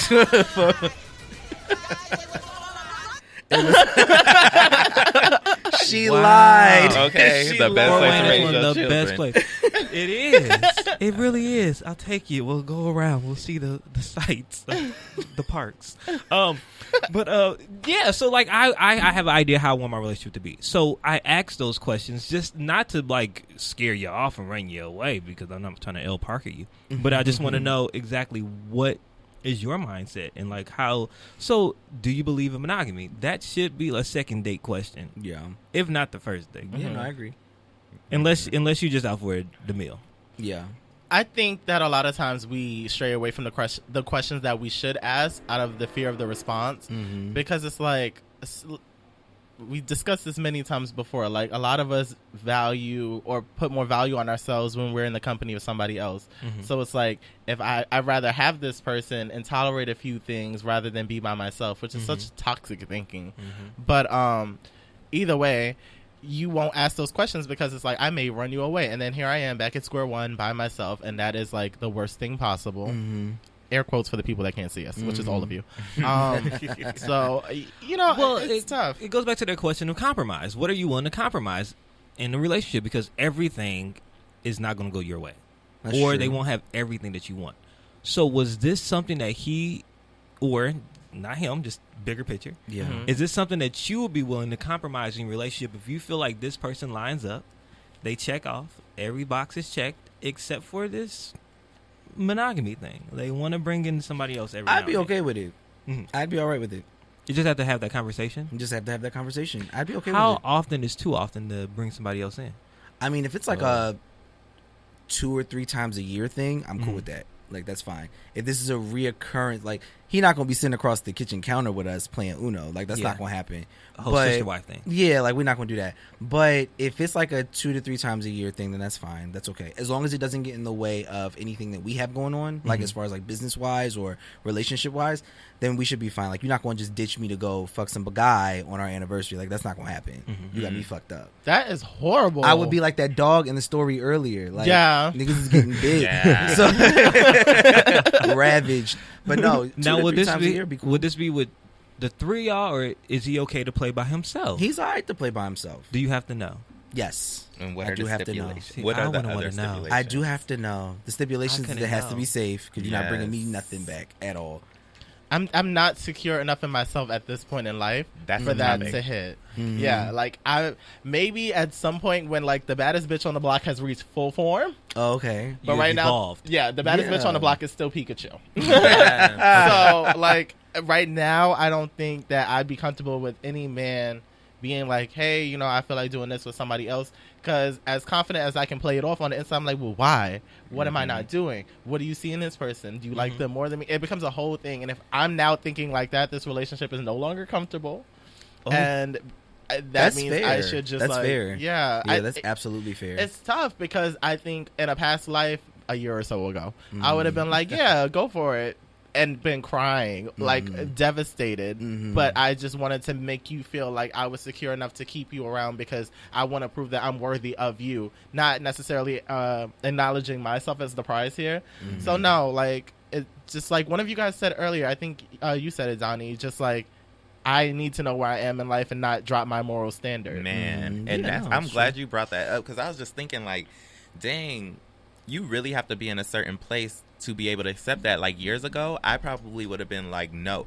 Now I'm in this place of where I could be on the fence with it, like, but I want to have you to myself first, of course. Yeah. And if we both feel like that, then like, I don't want to compromise myself, but I will accommodate certain things for you Boundaries. or for this relationship. Yeah. Like, it would make sense to have that discussion, because you got to be in a place mentally and like spiritually to really ground yourself and understand like, okay, maybe I don't have everything. Like, you got to lose ego. That's an ego. Like, you got to kill it, because if you're in a place where you're thinking that you are the one and only and the best and the cream of the crop. No one should feel like they're not, but that's okay to feel like for yourself. When it comes to someone else and their desires, like, it's not all about you. Right. So when I'm thinking about like MJ and Corey, for example, this coming up now after they have probably got intimate. I stopped watching the series because I was getting emotionally involved. Like, I actually reached out to MJ, like, are you okay? Good? Yeah. Do I need to pull up? I literally did, like, had to, like, hey, like, I just seen this, like, are you good? Like,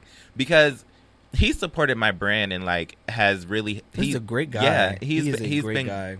A great person. And I was watching it and I was seeing certain things and I was like, I don't want him to go down this road. But also, I believe that everybody's journey is theirs and he has to experience the things that he experienced, whether he puts himself in it or not. Agreed. But to think like this conversation came up so late, they had probably already got intimate.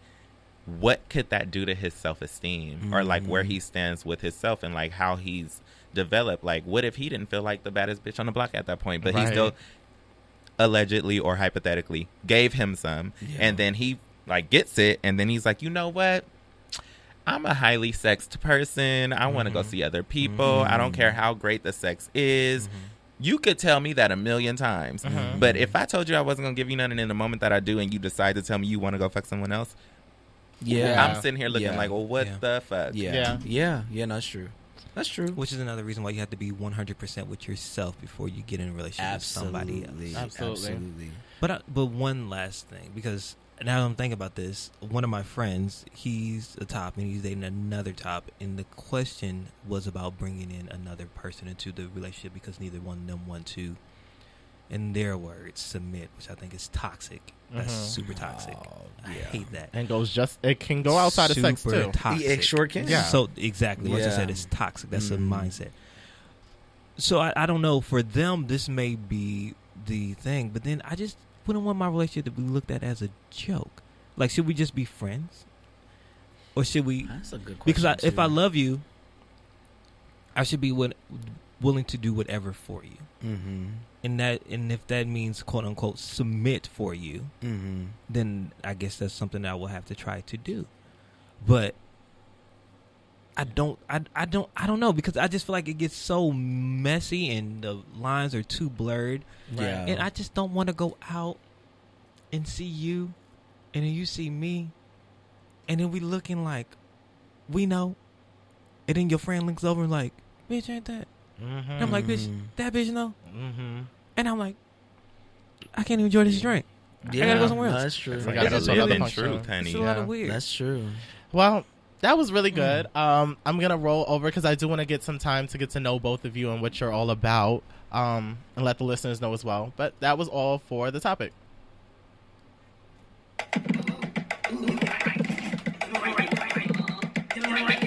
Who grabs these sound bites? They're amazing. I edit them. Good but job. We all pick them. That's cool. Good job. So thank you. So Boys Love Flowers, Zavi Tyreek, Donnie Hugh, I want to talk to you guys and allow you to talk to the listeners about what it is that you bring to society, the culture. I know, Ty, you are an amazing recording artist and writer. Thank you. That means a lot because you've worked with me and told me some of my stuff was whack. So that means a lot. Not in exact words, but you know. So yeah, what is it that you? Well, first, how would you describe yourself as an artist, Ty?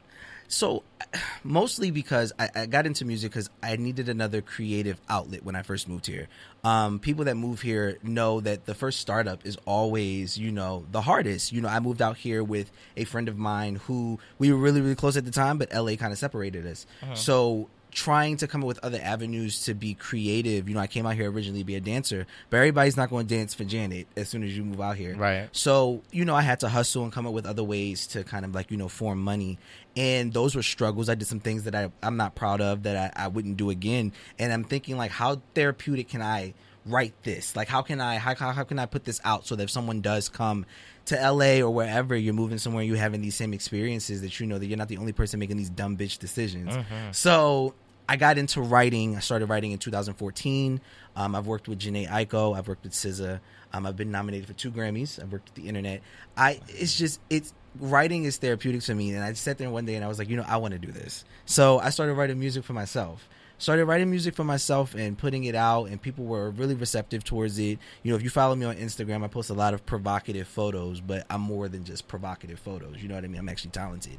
The body positivity kind of gets you in the door, and then when you find out that, you know, that I work in HIV, you know what I mean? I work in the HIV field. You find out that there's more than just, you know, the picture. Right. You know, I think so often when people see us, you know, black men thriving in our young age, they think that we're cocky or that we're dumb or we're just chasing clout or we're just doing this, that, and the third. And it's like, nah, like, we creative, we're smart, you know, we have a message. And I wanted to create something that would bring all, you know, black gay artists together. You know, why can't we have our own little NWA or our own Bad Boy? Right. You know what I mean? Like, so I wanted to start putting together stuff for people that were doing music that wanted the ear. Like, I got the followers, so you send me the track. Let my followers listen to this, and let's keep it going. Let's branch it out like that, because everybody deserves to succeed. We've been silenced for too long. Like, you can't tell us what we can't do anymore. So that's where I'm coming from with it. More so, like, the industry can't tell me you have to sound like this or you have to rap like this. I'm gonna sound how I want. You gonna love it. So that's just what it is. Yeah. I love that, and that's so valid. I think that a lot of people come out here, and as many say it, we're all chasing this dream. I feel like when people say that, it invalidates it. It does. It waters it down. It waters it down. Like, it's like, that's bitches cute. Want that, right?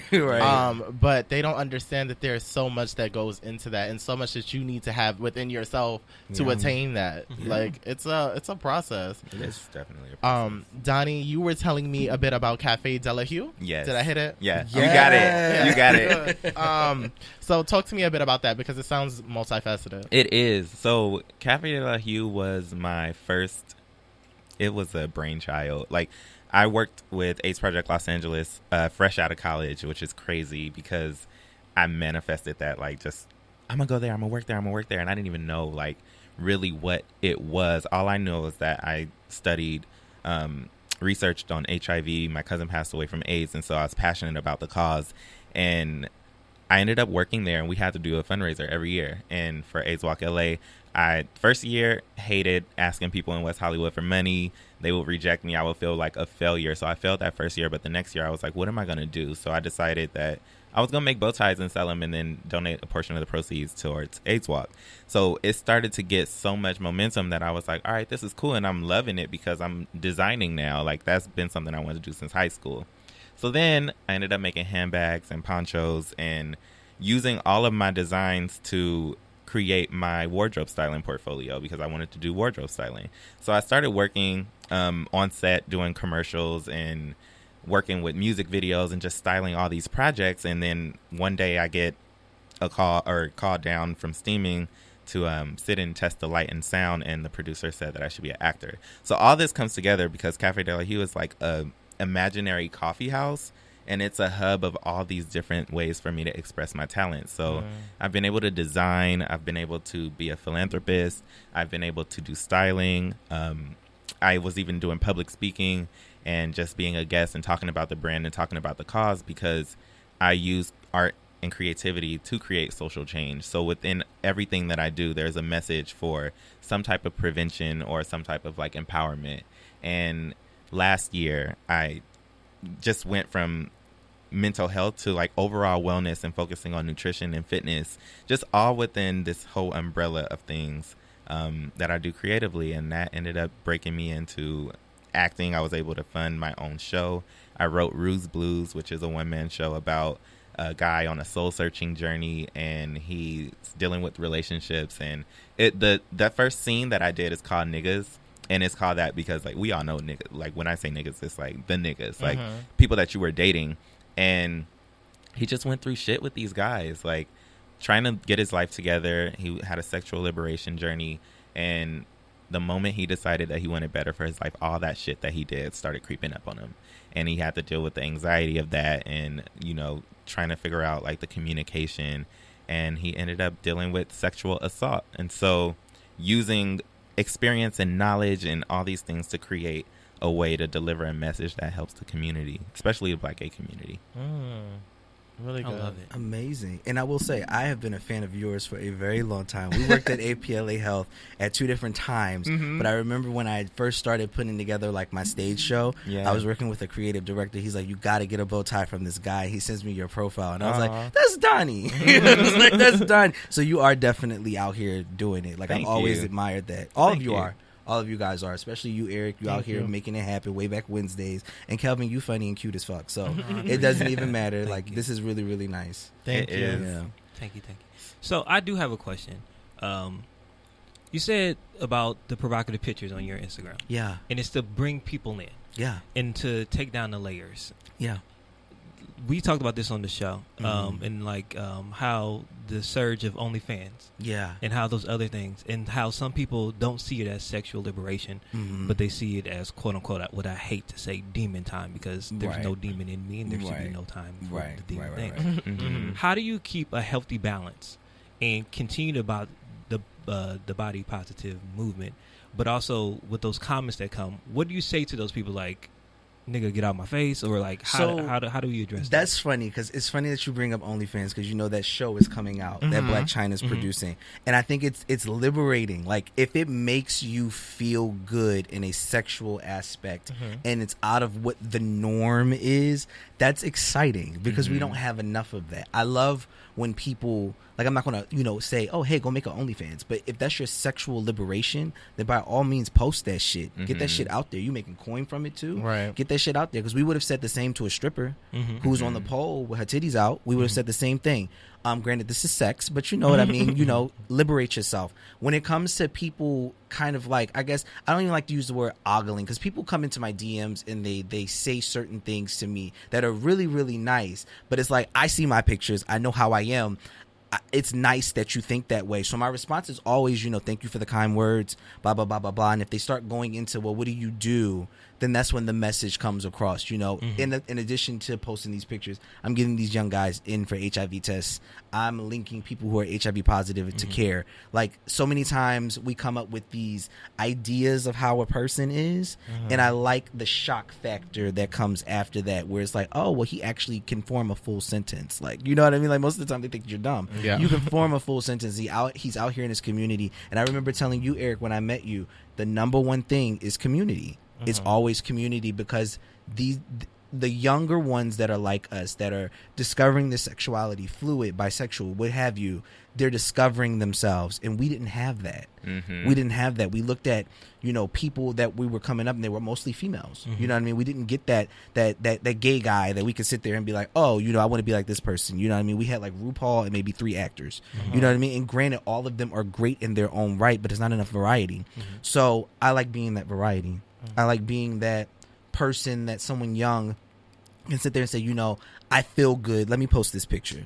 I am a sucker for was feeling cute, might delete later. Yeah. I'm a sucker for that, because my social media is mine. My message is mine. Yeah. You know what I mean? I love that. I think that's fantastic. I think it's a really good point that you made about making sure that people see different sides of the African American gay man. And Donnie, you said you're a writer, right? So as a playwright, and as you put these things on stage or on screen, or however you want to do that, how are you making sure that we are being seen more than just a funny gay black friend or things like that? How are you making sure that the duality of the black gay experience is shown? To add depth to the story, like, you have to give the reality of this person. Like, when the character Rue is on stage, you're seeing his life, and he is funny, but also he's talking about real shit, and we talked about that after. Like, he's talking about a dude taking a condom off without him knowing. He's face down, ass up, and doesn't know that the person took the condom off, but they actually had that conversation without dude telling the truth. And you see the support of his friends. He wants to invite him out to the club, and he's like, no, I'm not going out. I ain't going to the club tonight. Like, I'm really fuck nigga free this time and trying to get myself together. And they have that back and forth, like, best friend shit where you, like, it's comical, but the depth of it is when people are in the audience and they see certain things or they see certain reactions, they feel it, because not only is this a black gay man going through it, but it resonates with everybody that's sitting there. They either have experienced that in whatever lifestyle that they live, or they know somebody who has. So I don't mind playing characters that have truth to their story. I've played characters in other people's projects that have been the gay best friend and he's funny, and it can seem like he's messy, but the energy I'm going to give to it as the actor is he's just telling the truth. He means well, and however everybody else deals with that is up to them. But like his intention was so that people can be honest, because he lives in truth. He's given this example of truth. So I think when it comes to that part of my artistry, like telling stories from a real place, but also hooking people in with comedy and allowing them to be massaged with the drama of it, it works that way, because not only do they take it lightly, they take it to heart. So what has been like the roadblock for you getting started? I think for a lot of people the hardest thing is just starting, because we're like, I don't have this in place and all this stuff. But you like, I don't want to spill the beans in terms of like your record. Yeah, you can. Oh, okay. Absolutely. So I know you're starting your own record label Yes. that you want to do, which is a huge feat. Yeah. And then for you to just be doing all that you're doing with Cafe de la Hue, like playwright, fashion, like how do you do it? How do you get yourself in the space to say, I'm going? You know what? You've helped me with that a lot. Definitely being in a space where it's just like, am I doing the right thing? Like, what's my mama going to think? Like, you know what I mean? Like, every time there's content out, you know, you want the people that matter to like it. And if everybody else likes it, then that's cool too. You know what I mean? But you kind of want the people that matter to like it. So getting to that point, you know, now I'm getting to a point, because a year ago I would have been like, you know, if I'm second guessing it, I hold on to it. Now I'm getting to a point where if I second guess it, I just do it, because I know how I am. I know that I'm going to wonder what's on the other side of the cliff after I jump off, but that's not how you succeed. So I'm trying to be in a space where, you know, if I feel like there's a need for it, there's a need for it. And Boys Love Records, there's a need for that. There's a need for a label that caters to the underground sound of gay hip hop. And we have these stories and these voices, and it's like, if I don't do it, then, I mean, who going to do it? And if someone else does it, I'm going to sit there and be like, damn, I could have did that. Right. So why not be in that space to create something that people can kind of eat off of, you know? Yeah, that's good. Yeah, thank you. For really me, I'll just go ahead. yeah, for me, it was when I was working as a counselor and tester, I didn't think I was good at anything else. Like, before I started anything with Cafe de la Hue, I did not think I was capable of anything. I would sit and think like, dang, this is a glass ceiling. Like, this program coordinator is going to have to quit or get fired before I elevate again. Or like that's the way that the system is set up. Like, I was in this plate of comfort, and I learned that was adjustment anxiety, because change makes some people nervous, and I was one of those people. But I didn't think I was good at anything until I tried it. And so that coming year was my year of fearlessness. It was 2014. I said, I'm going to do any and everything that I want to do, and I've stuck with that. And literally, you guys, any and everything that I've ever tried, I've excelled at it in a way that surprises myself. And I don't do things I do things for the people, but most importantly, I do things that I want to see. Like, I create things I want to see. I think it's important that if you want to see something, like, you got to write the book you want to read. That's how I am when I create anything. So people were telling me, do bright colors with your bow ties, and I'm like, no, I like earth tones. Or like, write about this, or like, you should tell this story. I'm like, no, that's not my story. Like, there's somebody that belongs to. And so having to be and get in a mental space to be able to do it, to know that if it doesn't work out, you can at least say you tried, because that was my biggest feat. The fact that I didn't think that I could, or that I was good at it, and I found out that I would be. And then another thing is resources, like being resourceful, knowing your network and going to places. Like, if you're going to work in an agency, wherever you're working, make sure that you are connected to outside people or other people within the agency, because you never know what connections they might have. There's been times where I've had to like produce things on my own. Like last year, I could be completely honest with you, I'm coming out with an electronic zine that's going to tell this story.